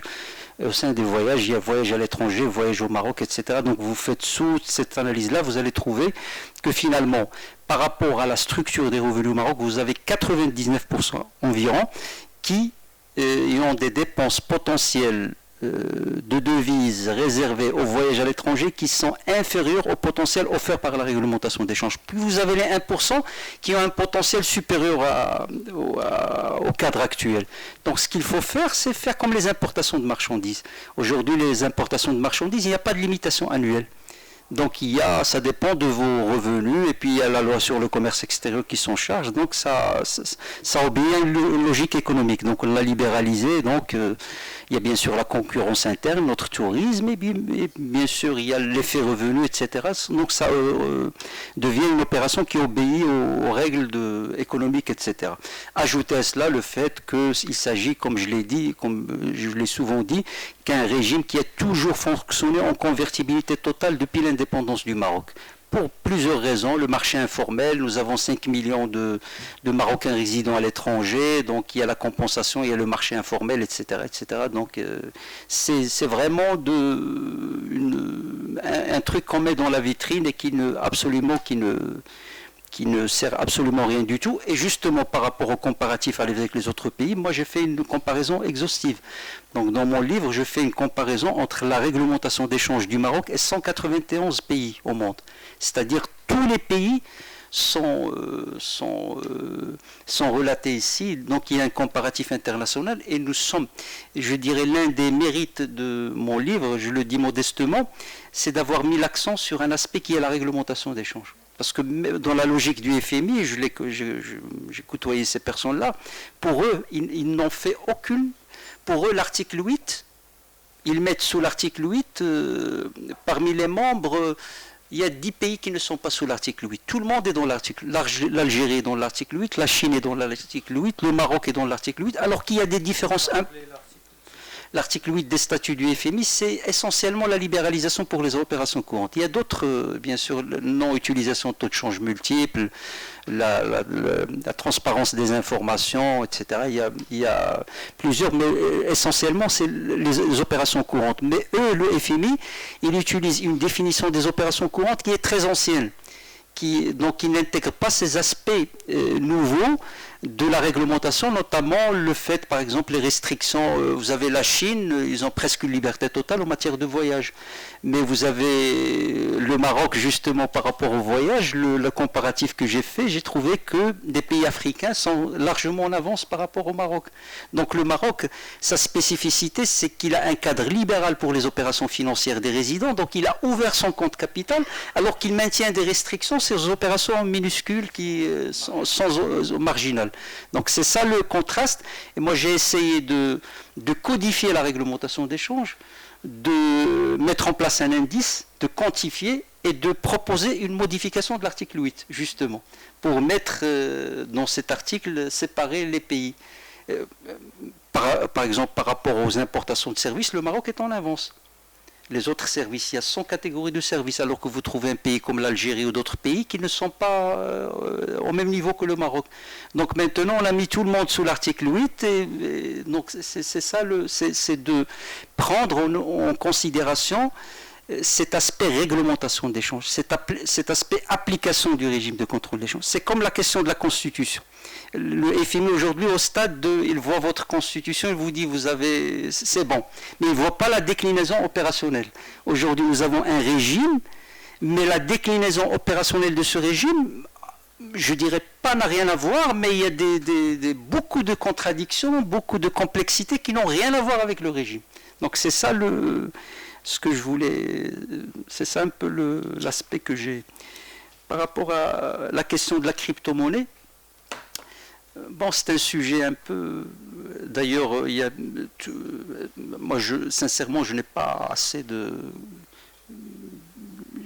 Je n'ai pas creusé le sujet. Je le connais comme tout le monde à travers quelques lectures. Mais d'ailleurs, c'est un sujet qui est maintenant les banques centrales et au niveau mondial, le Fonds monétaire international, toutes les organisations internationales ils n'ont pas encore régulé ou réglementé ce domaine-là. Par rapport au Maroc, justement, ça prouve que la question de l'efficacité de la politique de contrôle d'échange, puisqu'il y a ces chiffres-là, on les trouve au niveau de l'acquisition des biens immeubles à l'étranger, on les trouve au niveau de l'acquisition d'actifs financiers, donc il y a un problème d'efficacité, donc de la politique de contrôle d'échange. Et justement, pour moi, il faut qu'on évacue ces sujets-là, ces questions de voyage, ces questions qui n'ont aucun impact, pour passer à d'autres sujets beaucoup plus importants, notamment la question de la crypto-monnaie, qui certainement va s'opérer dans le cadre d'une régulation mondiale et le Maroc sera preneur ou il va décliner ça. Je ne pense pas que le Maroc ira jusqu'à mettre en place sa doctrine et que les autres vont copier, parce que je pense que le Maroc regarde ce qui se passe au niveau mondial, il va peut-être suivre. Mais c'est un sujet de discussion, on pourra je voudrais pas. Il y a d'autres, oui, on peut le traiter en dehors de. Est-ce que ça va devenir une monnaie ou pas, et la question du, je ne sais pas, du système, question de Siloufi, la question de la souveraineté, la flexibilité, le Maroc. Premièrement, la question de l'informel, il faut reconnaître une chose, c'est qu'aujourd'hui le taux de change du marché informel billets de banque est à peu près égal à celui du marché officiel. Cela prouve deux choses. Parce que le marché informel, c'est quoi? C'est une offre et une demande. Donc, normalement, la littérature et la théorie en matière de marché informel, c'est que le taux sur le marché informel dépend de la complexité de la réglementation. Donc les pays où il y a beaucoup de restrictions par rapport à un segment donné, notamment les voyages, vous allez trouver que le taux qui existe sur le marché informel va être largement supérieur à celui du marché formel. Et au Maroc, puisque nous avons un taux qui est proche, depuis peut-être une vingtaine d'années, proche de celui formel, ça prouve deux choses de mon point de vue. Ça prouve que finalement, globalement, nous avons réussi la question de la libéralisation. D'ailleurs, ça rejoint ce que j'ai dit. Je dis que finalement, les 99%, donc en termes de nombre, chiffres, c'est important. Et les 1% qui sont maintenant, il y a des complexités. Donc il faut juste faire un travail de régularisation pour enlever ces restrictions qui, peut-être que moi, je suis dans une... certains me diront que ce n'est pas un vrai sujet, c'est-à-dire ça concerne une minorité, peut-être 20 000 personnes au maximum, 10 000 personnes qui sont concernées par ce sujet, qui font 3 voyages par an et qui ont besoin d'une réglementation, qui n'ont pas besoin de cette réglementation, ils règlent leurs problèmes, mais ils n'ont pas besoin d'être, quand ils sont à l'aéroport, quelqu'un, on leur pose des questions, c'est juste ça leur souci, mais moi je dis qu'il faut normaliser ça. Il ne faut plus que ça soit un sujet parce qu'il y a quand même des personnalités importantes qui viennent demander des autorisations, parce qu'ils veulent pas qu'il soit... Et je trouve que c'est bidon de perdre du papier, du temps et même de discuter de certains sujets alors qu'il y a des sujets beaucoup plus importants. Mais par rapport au marché informel, j'ai dit la demande de devises, donc qui dépend de la réglementation. Donc quand il y a une réglementation compliquée, donc les taux sont importants, comme en Algérie, mais il y a la question de l'offre. Donc qui offre sur le marché informel? C'est quelqu'un soit qu'on va lui offrir un taux beaucoup plus important. Donc lorsqu'il y a des complexités, il sera intéressé, soit il y aura des blanchiments, puisqu'il y a un taux faible. Et donc, il y a des gens qui préfèrent. Donc, ça, le côté blanchiment, il faut le prendre en considération. Parce qu'il y a l'offre et la demande. Et l'offre, aujourd'hui, je présume qu'elle est constituée de personnes qui ne veulent pas aller sur le marché formel. Donc, personne ne va aller échanger sur un marché à perte, alors qu'il peut le faire. Donc ça prouve que c'est un marché pour le... Et cette connexion avec... Moi, j'ai jamais voulu en discuter parce que c'est un autre sujet, peut-être qui est beaucoup plus... qui n'est pas dans la... Bon, la question de la souveraineté, comment concilier l'ouverture avec le développement, ça, c'est un sujet qui ne concerne pas juste l'aspect politique de change, mais qui concerne toute la politique que nous avons menée depuis le plan d'ajustement structurel et qui est menée au niveau mondial. Et je pense, moi, qu'il faut une bonne gestion de l'ouverture extérieure. C'est que les responsables, la politique, il faut qu'on soit très prudent par rapport à ça et qu'on ait une réflexion au niveau de la gestion de l'ouverture extérieure. Cela est justement mon ouvrage, c'est qu'il propose d'abord de bien aligner l'administration ou les agents du gouvernement et puis par la suite de les piloter. Parce que comment le problème se présente? Aujourd'hui, par exemple, le sujet c'est les importations de marchandises. Parce que partout au monde, c'est les importations de marchandises qui présentent la part la plus importante des dépenses en devises. Donc s'il y a une politique d'ouverture ou gestion de l'ouverture, ça doit concerner l'importation de marchandises. Alors qu'au Maroc, moi j'ai l'impression qu'il n'y a aucune politique presque à ce sujet. C'est-à-dire parce que la question des importations, nous on est passé d'une extrême à une autre. C'est vrai que la politique protectionniste avait ses défauts. Les gens qui faisaient du terrain, les importateurs connaissent les problématiques parce qu'il y avait une rente de situation, problème de qualité, donc il fallait ouvrir pour mettre de la concurrence, c'est-à-dire augmenter la concurrentialité de nos produits et donc pour rendre l'économie compétitive, etc., etc. Mais il ne fallait pas passer d'une extrême à une autre. Nous, on a passé d'une extrême à une autre et cet extrême a produit d'autres effets, c'est-à-dire qu'aujourd'hui, sur plusieurs secteurs, les opérateurs vous diront qu'ils ne sont pas protégés, qu'il y a du dumping, parce que ce qui se passe au niveau mondial, à mon avis, je ne suis pas tellement un expert à ce sujet, c'est qu'il y a le problème de l'économie capitaliste, c'est qu'il y a une production qui est supérieure à l'offre qui est supérieure à la demande. C'est-à-dire sur plusieurs secteurs, nous avons l'offre qui est supérieure à la demande. C'est-à-dire, c'est comme pour les livres. Aujourd'hui, les livres que nous avons, si vous ramenez les lecteurs du monde et vous les mettez, ils ne peuvent pas les lire. Le textile, vous avez ça. Donc, parmi les problèmes de l'économie capitaliste aujourd'hui, et d'ailleurs, il y a un économiste ou une théorie là-dessus, c'est qu'il n'y a pas assez d'innovation pour suivre la demande. Et ce problème-là fait que tous les pays essaient d'écouler leurs produits. Et donc, il faut être vigilant par rapport à ça. Il faut savoir mettre le curseur et ce n'est pas facile. Parce que sur plusieurs produits, nous importons des produits qui font de la concurrence déloyale à nos secteurs et donc c'est toute une politique qu'il faut mettre au niveau de la distribution, etc. Donc c'est un sujet qui ne peut pas se résumer à une petite discussion, une petite étude, une petite recherche. Donc il faut vraiment de grandes structures, une grande réflexion, secteur par secteur. Les secteurs énergétiques, on ne peut pas être compétitif à court terme parce qu'il y a la loi de la nature, etc. Il y a d'autres secteurs bien intermédiaires, il faut trier, etc. Donc c'est vraiment un sujet, mais il faut... J'ai parlé d'importation de marchandises, on ira par exemple vers les franchises. C'est un sujet simple. Aujourd'hui, on a libéré les franchises. Au niveau de la réglementation d'échange, c'est une importation de services. Donc, quelqu'un qui veut ouvrir une franchise au Maroc, il vient, il le fait, il passe par la banque. Il y a une petite restriction. Mais est-ce qu'on a fait une étude la plus bidon possible pour dire le lien franchise-développement économique? Il y a les franchises dans le domaine alimentaire, dans le domaine des produits des textiles, etc., dans tous les restos, etc., et voir où est le lien avec le développement, etc., ne serait-ce qu'une étude, et suivre ça. On parle aujourd'hui d'évaluation des politiques publiques. Donc nous, on ouvre et on laisse Et cela va également pour les investissements à l'étranger. C'est-à-dire on a libéré dans la limite des 200 millions de dirhams, mais on n'a aucune étude, aucun papier, aucune réflexion sur cette libéralisation depuis 2007 jusqu'à aujourd'hui. Qu'est-ce qu'elle a? Parce qu'elle a été mise en place dans l'optique ou la perspective de promotion des exportations. On s'est dit, il y a des exportateurs maintenant qui voudront ouvrir des bureaux de représentation, puis des filiales pour mieux vendre leurs produits, pour mieux conquérir les marchés, notamment celui africain. Mais on ne sait pas ce qui s'est passé. Si vous posez la question, par exemple, au ministre des Finances aujourd'hui, il ne saura pas vous répondre. C'est-à-dire, il n'y a aucune réponse. Et ça, c'est important.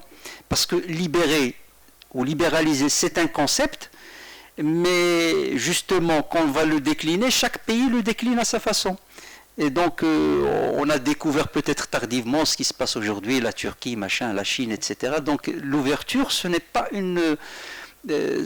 juste un concept, c'est quelque chose qui est... Mais il y a différentes façons d'ouvrir. Et ça, c'est un sujet qui dépasse le cadre de mon ouvrage. Mon ouvrage, justement, ce qu'il propose, c'est d'évacuer ces petits problèmes qui sont tranchés sur le plan économique, ces restrictions, et passer au sujet essentiel. Cette décentralisation qui existe déjà la tranchée, en disant le fisc, puisqu'il y a une dualité, etc., vous allez vous occuper de ça, et puis il y aura un chef d'orchestre, peut-être, il y a le ministère des Finances quand même, c'est lui qui chapeaute, Banque al-Maghrib, c'est juste l'aspect marché d'échange, et donc le ministère de l'économie et des finances qui va chapeauter tout ça. Donc pour mener une politique de gestion de l'ouverture extérieure. Gestion de l'ouverture extérieure, c'est de voir tous ces aspects et voir, il y a un peu de science, un peu de terrain, un peu de réflexion avec les opérateurs et constituer une doctrine du Maroc. Mais on ne peut pas la construire a priori à partir de... Et l'exemple que je connais qui est très simple, c'est la question des mesures anti-dumping. Ça, c'est les statistiques de l'OMC. Le Maroc est les pays qui utilisent le moins ces mesures. C'est-à-dire, si vous regardez les statistiques de l'OMC, vous allez trouver que le Maroc, entre 1995, ça c'est dans l'ouvrage sur la flexibilité, jusqu'à 2004, donc durant une période d'une vingtaine d'années, le Maroc a utilisé 6 mesures. Alors que tous les autres pays comparables au Maroc, au minimum, ils font 200 mesures. C'est-à-dire que même ce qui est offert par l'OMC, par la réglementation mondiale, on ne l'utilise pas. Anti-dumping, c'est des opérateurs qui vont au ministère du Commerce extérieur, ils leur disent il y a des céramiques importées de l'Espagne, le prix est bradé, etc. Donc on ne l'utilise pas. Donc vraiment on a une conversibilité toujours désordonnée, c'est-à-dire dans son aspect large, c'est-à-dire que les opérations les plus importantes qui donnent lieu à une conversion du dirham en devise sont totalement libres, alors qu'on se focalise sur des restrictions qui n'ont pas d'enjeu ou à faible enjeu économique. Je pense... Très bien. Je vais rajouter une remarque, puis je vais... Parce qu'il y a encore des questions certainement. Rebondir sur cette dualité plutôt entre la politique de change et la politique commerciale. Et je partage la remarque, c'est-à-dire qu'au Maroc, on a réduit la politique commerciale à la politique des accords de libre-échange. Alors que c'est toute une panoplie de choses, d'instruments, de leviers sur lesquels on peut jouer pour justement infléchir ou plutôt réorienter la structure de l'économie. La politique commerciale, ça doit normalement impacter ou plutôt réorienter la structure. On ne l'utilise pas. Mais on a mis, pour la discussion porte beaucoup plus sur la politique de change et la politique monétaire, comme le rappelle d'ailleurs depuis longtemps Robert Solow, on a réduit la politique économique à la politique monétaire, en quelque sorte. Et quand on regarde la balance du paiement, le compte courant, et dans le compte courant, le solde commercial le plus important. C'est là où il y a le déficit sur les marchandises. C'est un problème de structure. Et il faut peut-être mobiliser davantage les politiques commerciales. Les économistes utilisent cette métaphore très, très célèbre. C'est au niveau de la politique de change, ce n'est pas la queue qui doit remuer le chien, c'est le chien qui doit remuer la queue, en étant la politique de change comme étant la queue. Donc c'est pas l'essentiel, c'est important d'avoir une politique de change, plutôt un de change qui est plus ou moins stable et qui permet cette visibilité claire pour les entreprises. Mais la structure économique est fondamentale dans tout ça. Et je crois que le lien, la cohérence entre la politique de change et la politique commerciale est importante. On forme d'ailleurs, il y a des étudiants ici dans ce sens, plus ou moins, on a un master en commerce international où il y a ces aspects normalement, mais apparemment on n'a pas assez formé de gens sur ces aspects-là de politique commerciale. On va ouvrir une deuxième liste et une dernière. Oui, mademoiselle, vous avez madame Slahi. D'autres questions? Deux? Ok, on a trois. Allez-y, mademoiselle. Et si vous pouvez venir ici, ce serait bien. Bonjour monsieur, bonjour à tout le monde. Je vous remercie d'abord. Et je remercie monsieur d'avoir invoqué là tout de suite le problème du déficit de déficit structurel de la balance de paiement. Donc en étant déjà en déficit de la balance de paiement depuis un certain bon nombre d'années, avec cette flexibilité du dirham et la libéralisation, comment voyez-vous le futur de la balance de paiement marocaine? Merci. Justement, c'est pas la question. Toujours, il faut, à mon avis, faire la distinction entre le taux de change et le contrôle d'échange. Parce que sur le marché d'échange, donc il y a le taux, le prix de la marchandise devise, donc c'est la marchandise objet de, puis il y a la régulation des quantités. Donc aujourd'hui sur le marché d'échange marocain, il y a l'État qui fixe plus ou moins les prix, mais l'État empêche ou met des restrictions pour demander des devises pour certaines opérations. Si vous rentrez sur le marché de change marocain, imaginez que le marché des changes, c'est 10 boutiques par exemple. Vous allez rentrer dans la boutique pour convertir le dirham en devise des importations de marchandises, elle est libre. On va vous dire, rentrez, l'importation de services, elle est libre. Vous voulez transférer des dividendes des entreprises, mais si vous voulez investir à l'étranger, c'est-à-dire vous voulez convertir le dirham en devise pour monter une usine en Afrique, etc., on va vous dire, attention, c'est limité à 200 millions de dirhams par an, sinon une dérogation. Si vous voulez acheter un bien immeuble à l'étranger, le guichetier va vous dire non, vous ne pouvez pas convertir le dirham en devise, c'est moi. Allez, vous partez chez l'État, c'est une administration qui s'appelle l'Office d'échange, il vous donne un ticket qu'on appelle autorisation et venez chez moi. Donc il y a des opérations, vous venez directement au marché, vous convertissez les dirhams en devise. Il y a certaines opérations pour lesquelles vous êtes obligé de ramener un ticket avec vous du marché de change qu'on appelle autorisation pour pouvoir convertir le dirham en devise. Donc il y a le prix de la devise qui est contrôlé plus ou moins par l'État, mais il y a certaines opérations, c'est-à-dire où la conversion du dirham en devise est régulée par l'État.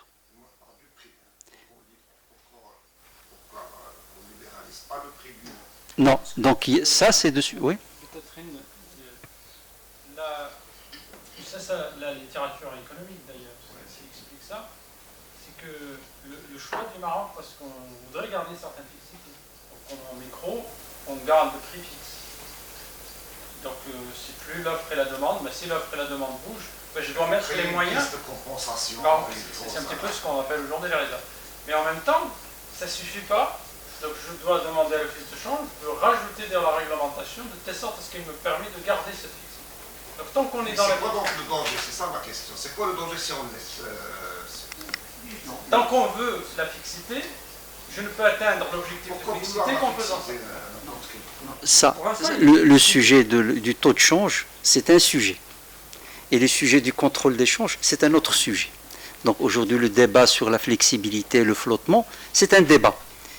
Si le FI a parlé du fait que Banque Maghreb, dernièrement, c'est une discussion entre le Maroc et le FMI. Moi, justement, ma modeste contribution au sujet que j'ai consigné dans mon livre, c'est que, bon, il y a un marché et l'État aujourd'hui fixe le taux. Donc, quand l'État fixe le taux, donc... On peut parler du marché quand l'État fixe. Non, on peut parler de marché. Parce que le marché, c'est une offre et une demande. Le marché sans qu'un prix émerge de la rencontre de l'offre et de la demande, c'est... Non, c'est juste le concept. Pour moi, le concept marché, c'est offre et demande. Et la liberté du marché, les forces du marché, c'est la liberté des prix et la liberté de la demande et de l'offre, qui font que les interactions entre l'offre et la demande et les prix vont faire en sorte que le marché puisse fonctionner. Et donc, il y a un marché administré. Donc, nous sommes aujourd'hui dans un marché administré. Il y a un risque pour le Maroc s'il libère cette... Non. C'est quoi le risque d'une dévaluation du dirham? C'est quoi le grand problème? Non, il y a donc nous avons, je vais rebondir un peu sur ce qui a été dit sur, nous avons un marché d'échange. Et dans ce marché, il y a des recettes et des dépenses qui sont enregistrées dans la balance des paiements marocaine. Dans ce marché, si vous regardez la balance des paiements du Maroc, mis à part les années de choc énergétique, elle est souvent excédentaire. Elle est excédentaire. Mais quand il y a un choc énergétique, elle devient déficitaire. Déficitaire, c'est quoi? Ça veut dire qu'il y a une baisse des avoirs de réserve. C'est-à-dire que l'État puise sur ses avoirs pour équilibrer cette balance des paiements. Je ne voudrais pas aller plus loin parce qu'on peut raisonner en termes de marché d'échange privé sans intervention de l'État et avec intervention de l'État. Si on parle d'intervention de l'État, on va intégrer l'endettement extérieur. Si on prend l'endettement extérieur et les avoirs, on peut dire qu'elle est finalement un peu excédentaire. Maintenant, vous posez la question, nous avons cette balance des paiements un peu décents qui s'équilibre quelque part. Pourquoi on n'ira pas vers une liberté des prix, c'est-à-dire que le taux de change soit le résultat ou la résultante de l'interaction entre l'offre et la demande. Bon, au niveau de la littérature et au niveau il y a les considérations théoriques, il y a les considérations opérationnelles. Théorique, c'est quoi? C'est que la décision doit dépendre de la configuration économique du pays. Qu'est-ce que ça veut dire la configuration économique du pays? C'est que le Maroc, c'est un petit pays dans le sens où ces échanges extérieurs, importation plus exportation, représentent une part très importante de son produit intérieur brut. En l'occurrence, ces importations représentent 35 à 40% de son PIB. Donc ils agissent, ils ont un impact très important sur la formation des prix. Donc les prix intérieurs dépendent des taux de change au Maroc. Ça, c'est quelque chose qu'on doit poser déjà dans la table. Si on compare ce paramètre-là avec la situation des États-Unis, ou les grands pays d'une manière générale, les États-Unis, c'est au maximum les importations, c'est 15% du PIB. Donc déjà, on n'est pas dans le marché d'échange. Le taux de change au Maroc, c'est ce qu'appellent les économistes une variable macroéconomique critique, c'est-à-dire qui est importante. Aux États-Unis, c'est une petite variable, ou moyenne variable. Donc déjà, il y a cet aspect-là. Maintenant, la littérature, qu'est-ce qu'il nous dit? Il nous dit que si on flexibilise, il y a les aspects positifs qui sont un ajustement probable, éventuel du marché d'échange par le biais des taux de change, donc un effet ajustement, donc ça permet une régulation. Ça, c'est l'aspect positif, c'est la raison pour laquelle on a mis en place, ou les arguments qui sont avancés par le FMI, ils vous disent pour faire face au choc. Choc, c'est quoi? C'est une baisse des recettes ou une augmentation des dépenses. Donc, comme une entreprise, vous avez un choc, vous allez le réguler par les prix. Donc, finalement, l'équation, c'est ça. Si on vous donne la possibilité de baisser vos prix pour pouvoir réguler ça. Mais il n'y a pas que ça. Il y a ça, l'aspect positif, la facette brillante de la flexibilité du flottement. Il y a une autre facette, c'est ce qu'on appelle les variations indésirables. C'est-à-dire qu'il faut accepter que votre taux de change se déprécie en période de choc, notamment comme le choc qu'on vit actuellement, ou celui de, par exemple, les crises énergétiques, etc. Donc, variation indésirable dans le cas d'un choc négatif, c'est que vous acceptez une baisse des taux de change. Accepter une baisse des taux de change, c'est accepter une augmentation des prix due au taux de change. Donc, ça tombe sous le coup d'un problème politique, économique, c'est-à-dire est-ce qu'on va l'accepter ou pas. Donc, L'exchange rate pass-through. Donc finalement, les effets négatifs, c'est une volatilité importante, justement, qui pose des problèmes pour les PME. Une PME, elle est dans une activité, elle vous dit, moi le taux de change aujourd'hui, il est de temps, et hier il était de temps, comment je vais construire mon business plan? Moi j'ai besoin de stabilité. Un État, c'est quelqu'un qui offre la sécurité c'est la stabilité, donc vous me mettre dans cette situation, moi j'ai pas les moyens quand les multinationales, ils vont faire de recourir aux instruments de couverture. Donc c'est parmi les problématiques qui existent. Donc il y a cette équation-là. Et au Maroc, c'est justement la crainte principale, c'est par rapport à cette question de, je dirais, d'un manque de sécurité que laisserait présager ou ce pas vers la flexibilité. Parce que quand même, le modèle marocain en matière de politique monétaire, il s'est construit en partie sur la question de la stabilité du taux de change. Donc il y a la question de l'équilibre budgétaire, mais il y a la variable taux de change qui fait que nous avons un dirham plus ou moins fort, et ce dirham fort a beaucoup d'avantages positifs. Donc l'équation du taux de change, il se situe à peu près sur ça. Donc par rapport, j'ai un peu... le coût s'il y a une dépréciation, c'est dans l'optique de la dépréciation. Et... bon, moi je vous donne un exemple parce que c'est un peu compliqué. Le Maroc a fait flotter, ça dépend de l'État, comment il voit les choses. Donc on a flexibilisé, on a franchi le pas de la réforme, la deuxième phase, c'est l'élargissement du panier. Mais l'État par la suite a levé la LPL, il a fait apprécier le taux de change. C'est comme si on ne croit pas à ce qu'on fait, c'est-à-dire on laisse au marché, mais après on emprunte, c'est-à-dire que l'État a dit voilà, moi je franchis ce pas, c'est dans l'optique qu'une dépréciation puisse équilibrer, mais après il a injecté indirectement de l'argent, c'est-à-dire que là aussi il faut un accompagnement, c'est-à-dire que bon, j'ai soulevé ça pour vous dire que on peut flotter, mais l'État peut mener une stratégie pour laisser le taux de change réguler indirectement. Oui, mais je vais vous dire quelque chose. Ça, c'est le côté communication qu'a dit Madame Najeb. Parce que, et là, c'est en relation avec les avoirs de réserve. À mon avis, à mon modeste avis, il fallait que juste le ministre des Finances dise une chose, c'est qu'il dit que aujourd'hui nous avons de quoi des avoirs de réserve assez suffisantes pour peut-être équilibrer le marché d'échange durant une dizaine d'années. On n'était pas obligé parce que la LPI nous a coûté de l'argent. Et ce n'était pas une opération utile. Aujourd'hui, on la voit inutile, mais à l'époque, il y aura ceux qui vont vous dire, etc. C'est comme la question des vaccins. C'est un sujet moins théorique, moins scientifique, mais à mon avis, c'était pas nécessaire, parce qu'on avait suffisamment d'avoir de réserve, d'autant plus que nous avions la possibilité de tirer cette LPL. Donc on la tire normalement quand il y a le besoin, mais nous n'avions pas de besoin en matière d'avoir de réserve.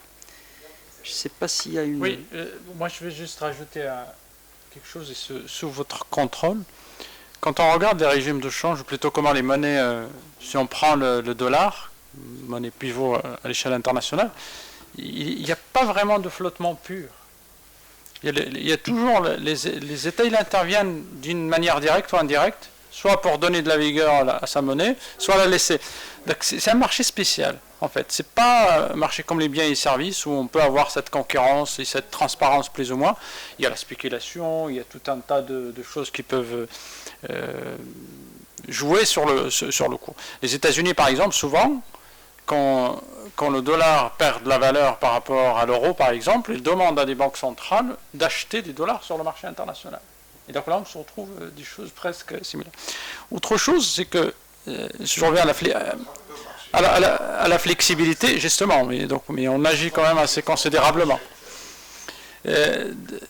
Deuxième chose, sur la flexibilité, ça c'est un petit peu, on peut être d'accord ou pas, c'est un petit peu la logique, ou plutôt ce qu'on peut appeler le trilemme de Mendel, c'est que si vous voulez garder si vous voulez garder la fixité, qui peut être quelque chose d'intéressant pour les petites entreprises, c'est que ça lie les mains en fait à la politique monétaire. La politique monétaire sera plus indépendante, ne pourra pas jouer son rôle de politique économique et avoir un certain nombre d'objectifs. Donc il sera rattaché plutôt à garder cet objectif de fixité et de voir ce qu'ils font les autres en matière de politique monétaire. Donc il va être lié un petit peu par rapport aux taux d'intérêt qui se font par exemple à la Fed ou en Europe. Donc ils disent, voilà, là, on lâche la flexibilité, du coup on peut retrouver une politique monétaire plus indépendante tant qu'on a choisi la globalisation, c'est-à-dire l'ouverture commerciale aussi. Donc dans ce sens. Dernière, il est.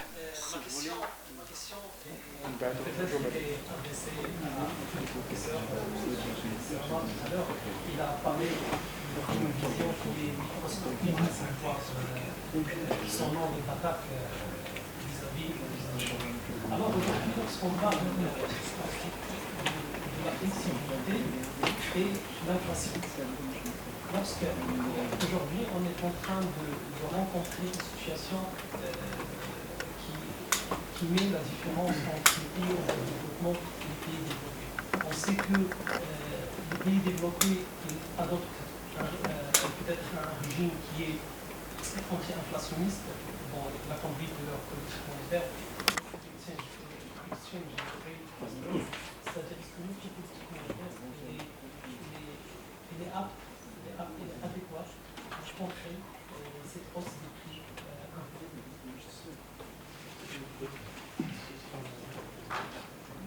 Moi, c'est juste par rapport à... Vous avez dit que le marché des changes, c'est un marché spécial. Effectivement, même le FMI le reconnaît, c'est-à-dire dans la classification du FMI, un pays est considéré comme un pays en régime de flottement pur lorsque la Banque centrale intervient 3 fois durant 6 mois. Lorsqu'elle fait 3 interventions durant 6 mois, c'est-à-dire au maximum, elle le classe en régime de flottement pur. Donc ce n'est pas un régime, mais quand elle parle d'intervention, c'est des interventions de ce qu'on appelle de lissage de la volatilité. Ce n'est pas des interventions de tricherie sur le taux de change. Vous pouvez juste lisser la volatilité, ou vous pouvez, s'il y a un désalignement, donc c'est des petites interventions, c'est des réglages plus ou moins sur le marché des changes. Donc c'est un marché spécial, comme l'a souligné Dr Raouf. La question de Mendel Fleming, là, pour moi, ça mérite un séminaire ou un... Parce que c'est, personnellement, moi j'ai creusé ce sujet-là, c'est quelque chose qu'il faut vraiment reconsidérer, parce que ça a structuré la pensée économique et la pensée sur le taux de change durant une transition, alors que ce n'est pas vrai, ça ne s'applique pas. Le Fleming, moi, ce que ça m'a intéressé, vous avez vu que dans l'ouvrage, j'en parle pas. J'ai mis un encadré. Alors que Mendel Fleming, je peux vous montrer un dossier comme ça sur Mendel Fleming, chez moi.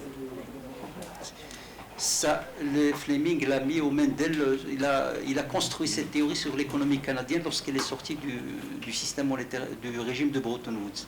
Et ça ne s'applique pas, moi, peut-être qu'on n'a pas le temps, même la question de flexibilité. Vous flexibilisez, par exemple le cas du Maroc, vous aurez une dépréciation importante, donc la flexibilité ne va pas produire l'autonomie. Ça, c'est juste un petit exemple. C'est-à-dire que l'autonomie recherchée, vous aurez une autre transmission, la combattre. Ça, c'est un autre contraste du sujet sur la flexibilité aujourd'hui. Ce que dit Jouari, le ciblage, c'est que finalement, c'est quoi ? La Banque centrale marocaine, elle veut un taux de change, elle ne veut pas que ça dépasse 2% ou quelque chose comme ça, donc il y a un objectif de stabilité des prix. Et si, par exemple, il y a une grande dépréciation ou un choc négatif sur le marché de change, elle va intervenir. Elle va vous dire c'est pour le ciblage d'inflation. Donc on va parler on passera d'un taux de change administré à un taux de change réglementé, administré via le canal du ciblage d'inflation. Donc c'est comme si c'est une question de vocabulaire. Donc c'est un sujet. Il y a beaucoup de choses à creuser. Peut-être mais je pense quand même qu'il faut oser la démarche.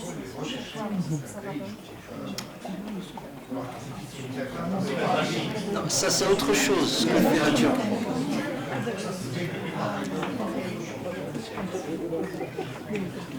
Non, c'est un sujet, c'est-à-dire, par exemple, on peut dire le Maroc, parce que le régime fixe, Parce qu'on peut mener un régime fixe, on peut mener une politique de flexibilisation contrôlée. C'est-à-dire que l'État administre le taux, mais ce taux, il l'adapte au marché, aux conditions du marché. C'est-à-dire que lorsqu'il y a un déficit, on ne le fait pas. Nous avons l'un des systèmes les plus rigides au niveau mondial. La Chine l'a fait. La Chine a fait 200 d'évaluation de 1990 à 2004 ou quelque chose comme ça. La Turquie le fait. Mais nous avons une politique de contrôle du taux de change ou de fixité rigide. C'est-à-dire on fixe le taux de change et on ne le modifie pas. Les dévaluations sont rares dans l'histoire du Maroc. Donc, moi, justement, ce que je propose, c'est une flexibilisation contrôlée, c'est-à-dire que l'État peut maintenir, mais lorsqu'il y a des déficits du compte courant, on peut, c'est-à-dire faire des dévaluations. Mais les dévaluations ne passent pas au Maroc parce qu'ils sont politiquement difficiles à mettre en œuvre. Donc c'est ça le problème. Ils sont considérés comme des augmentations de prix déguisées. Donc, on a répondu à la question. Donc, c'est bon. Ok, merci beaucoup encore.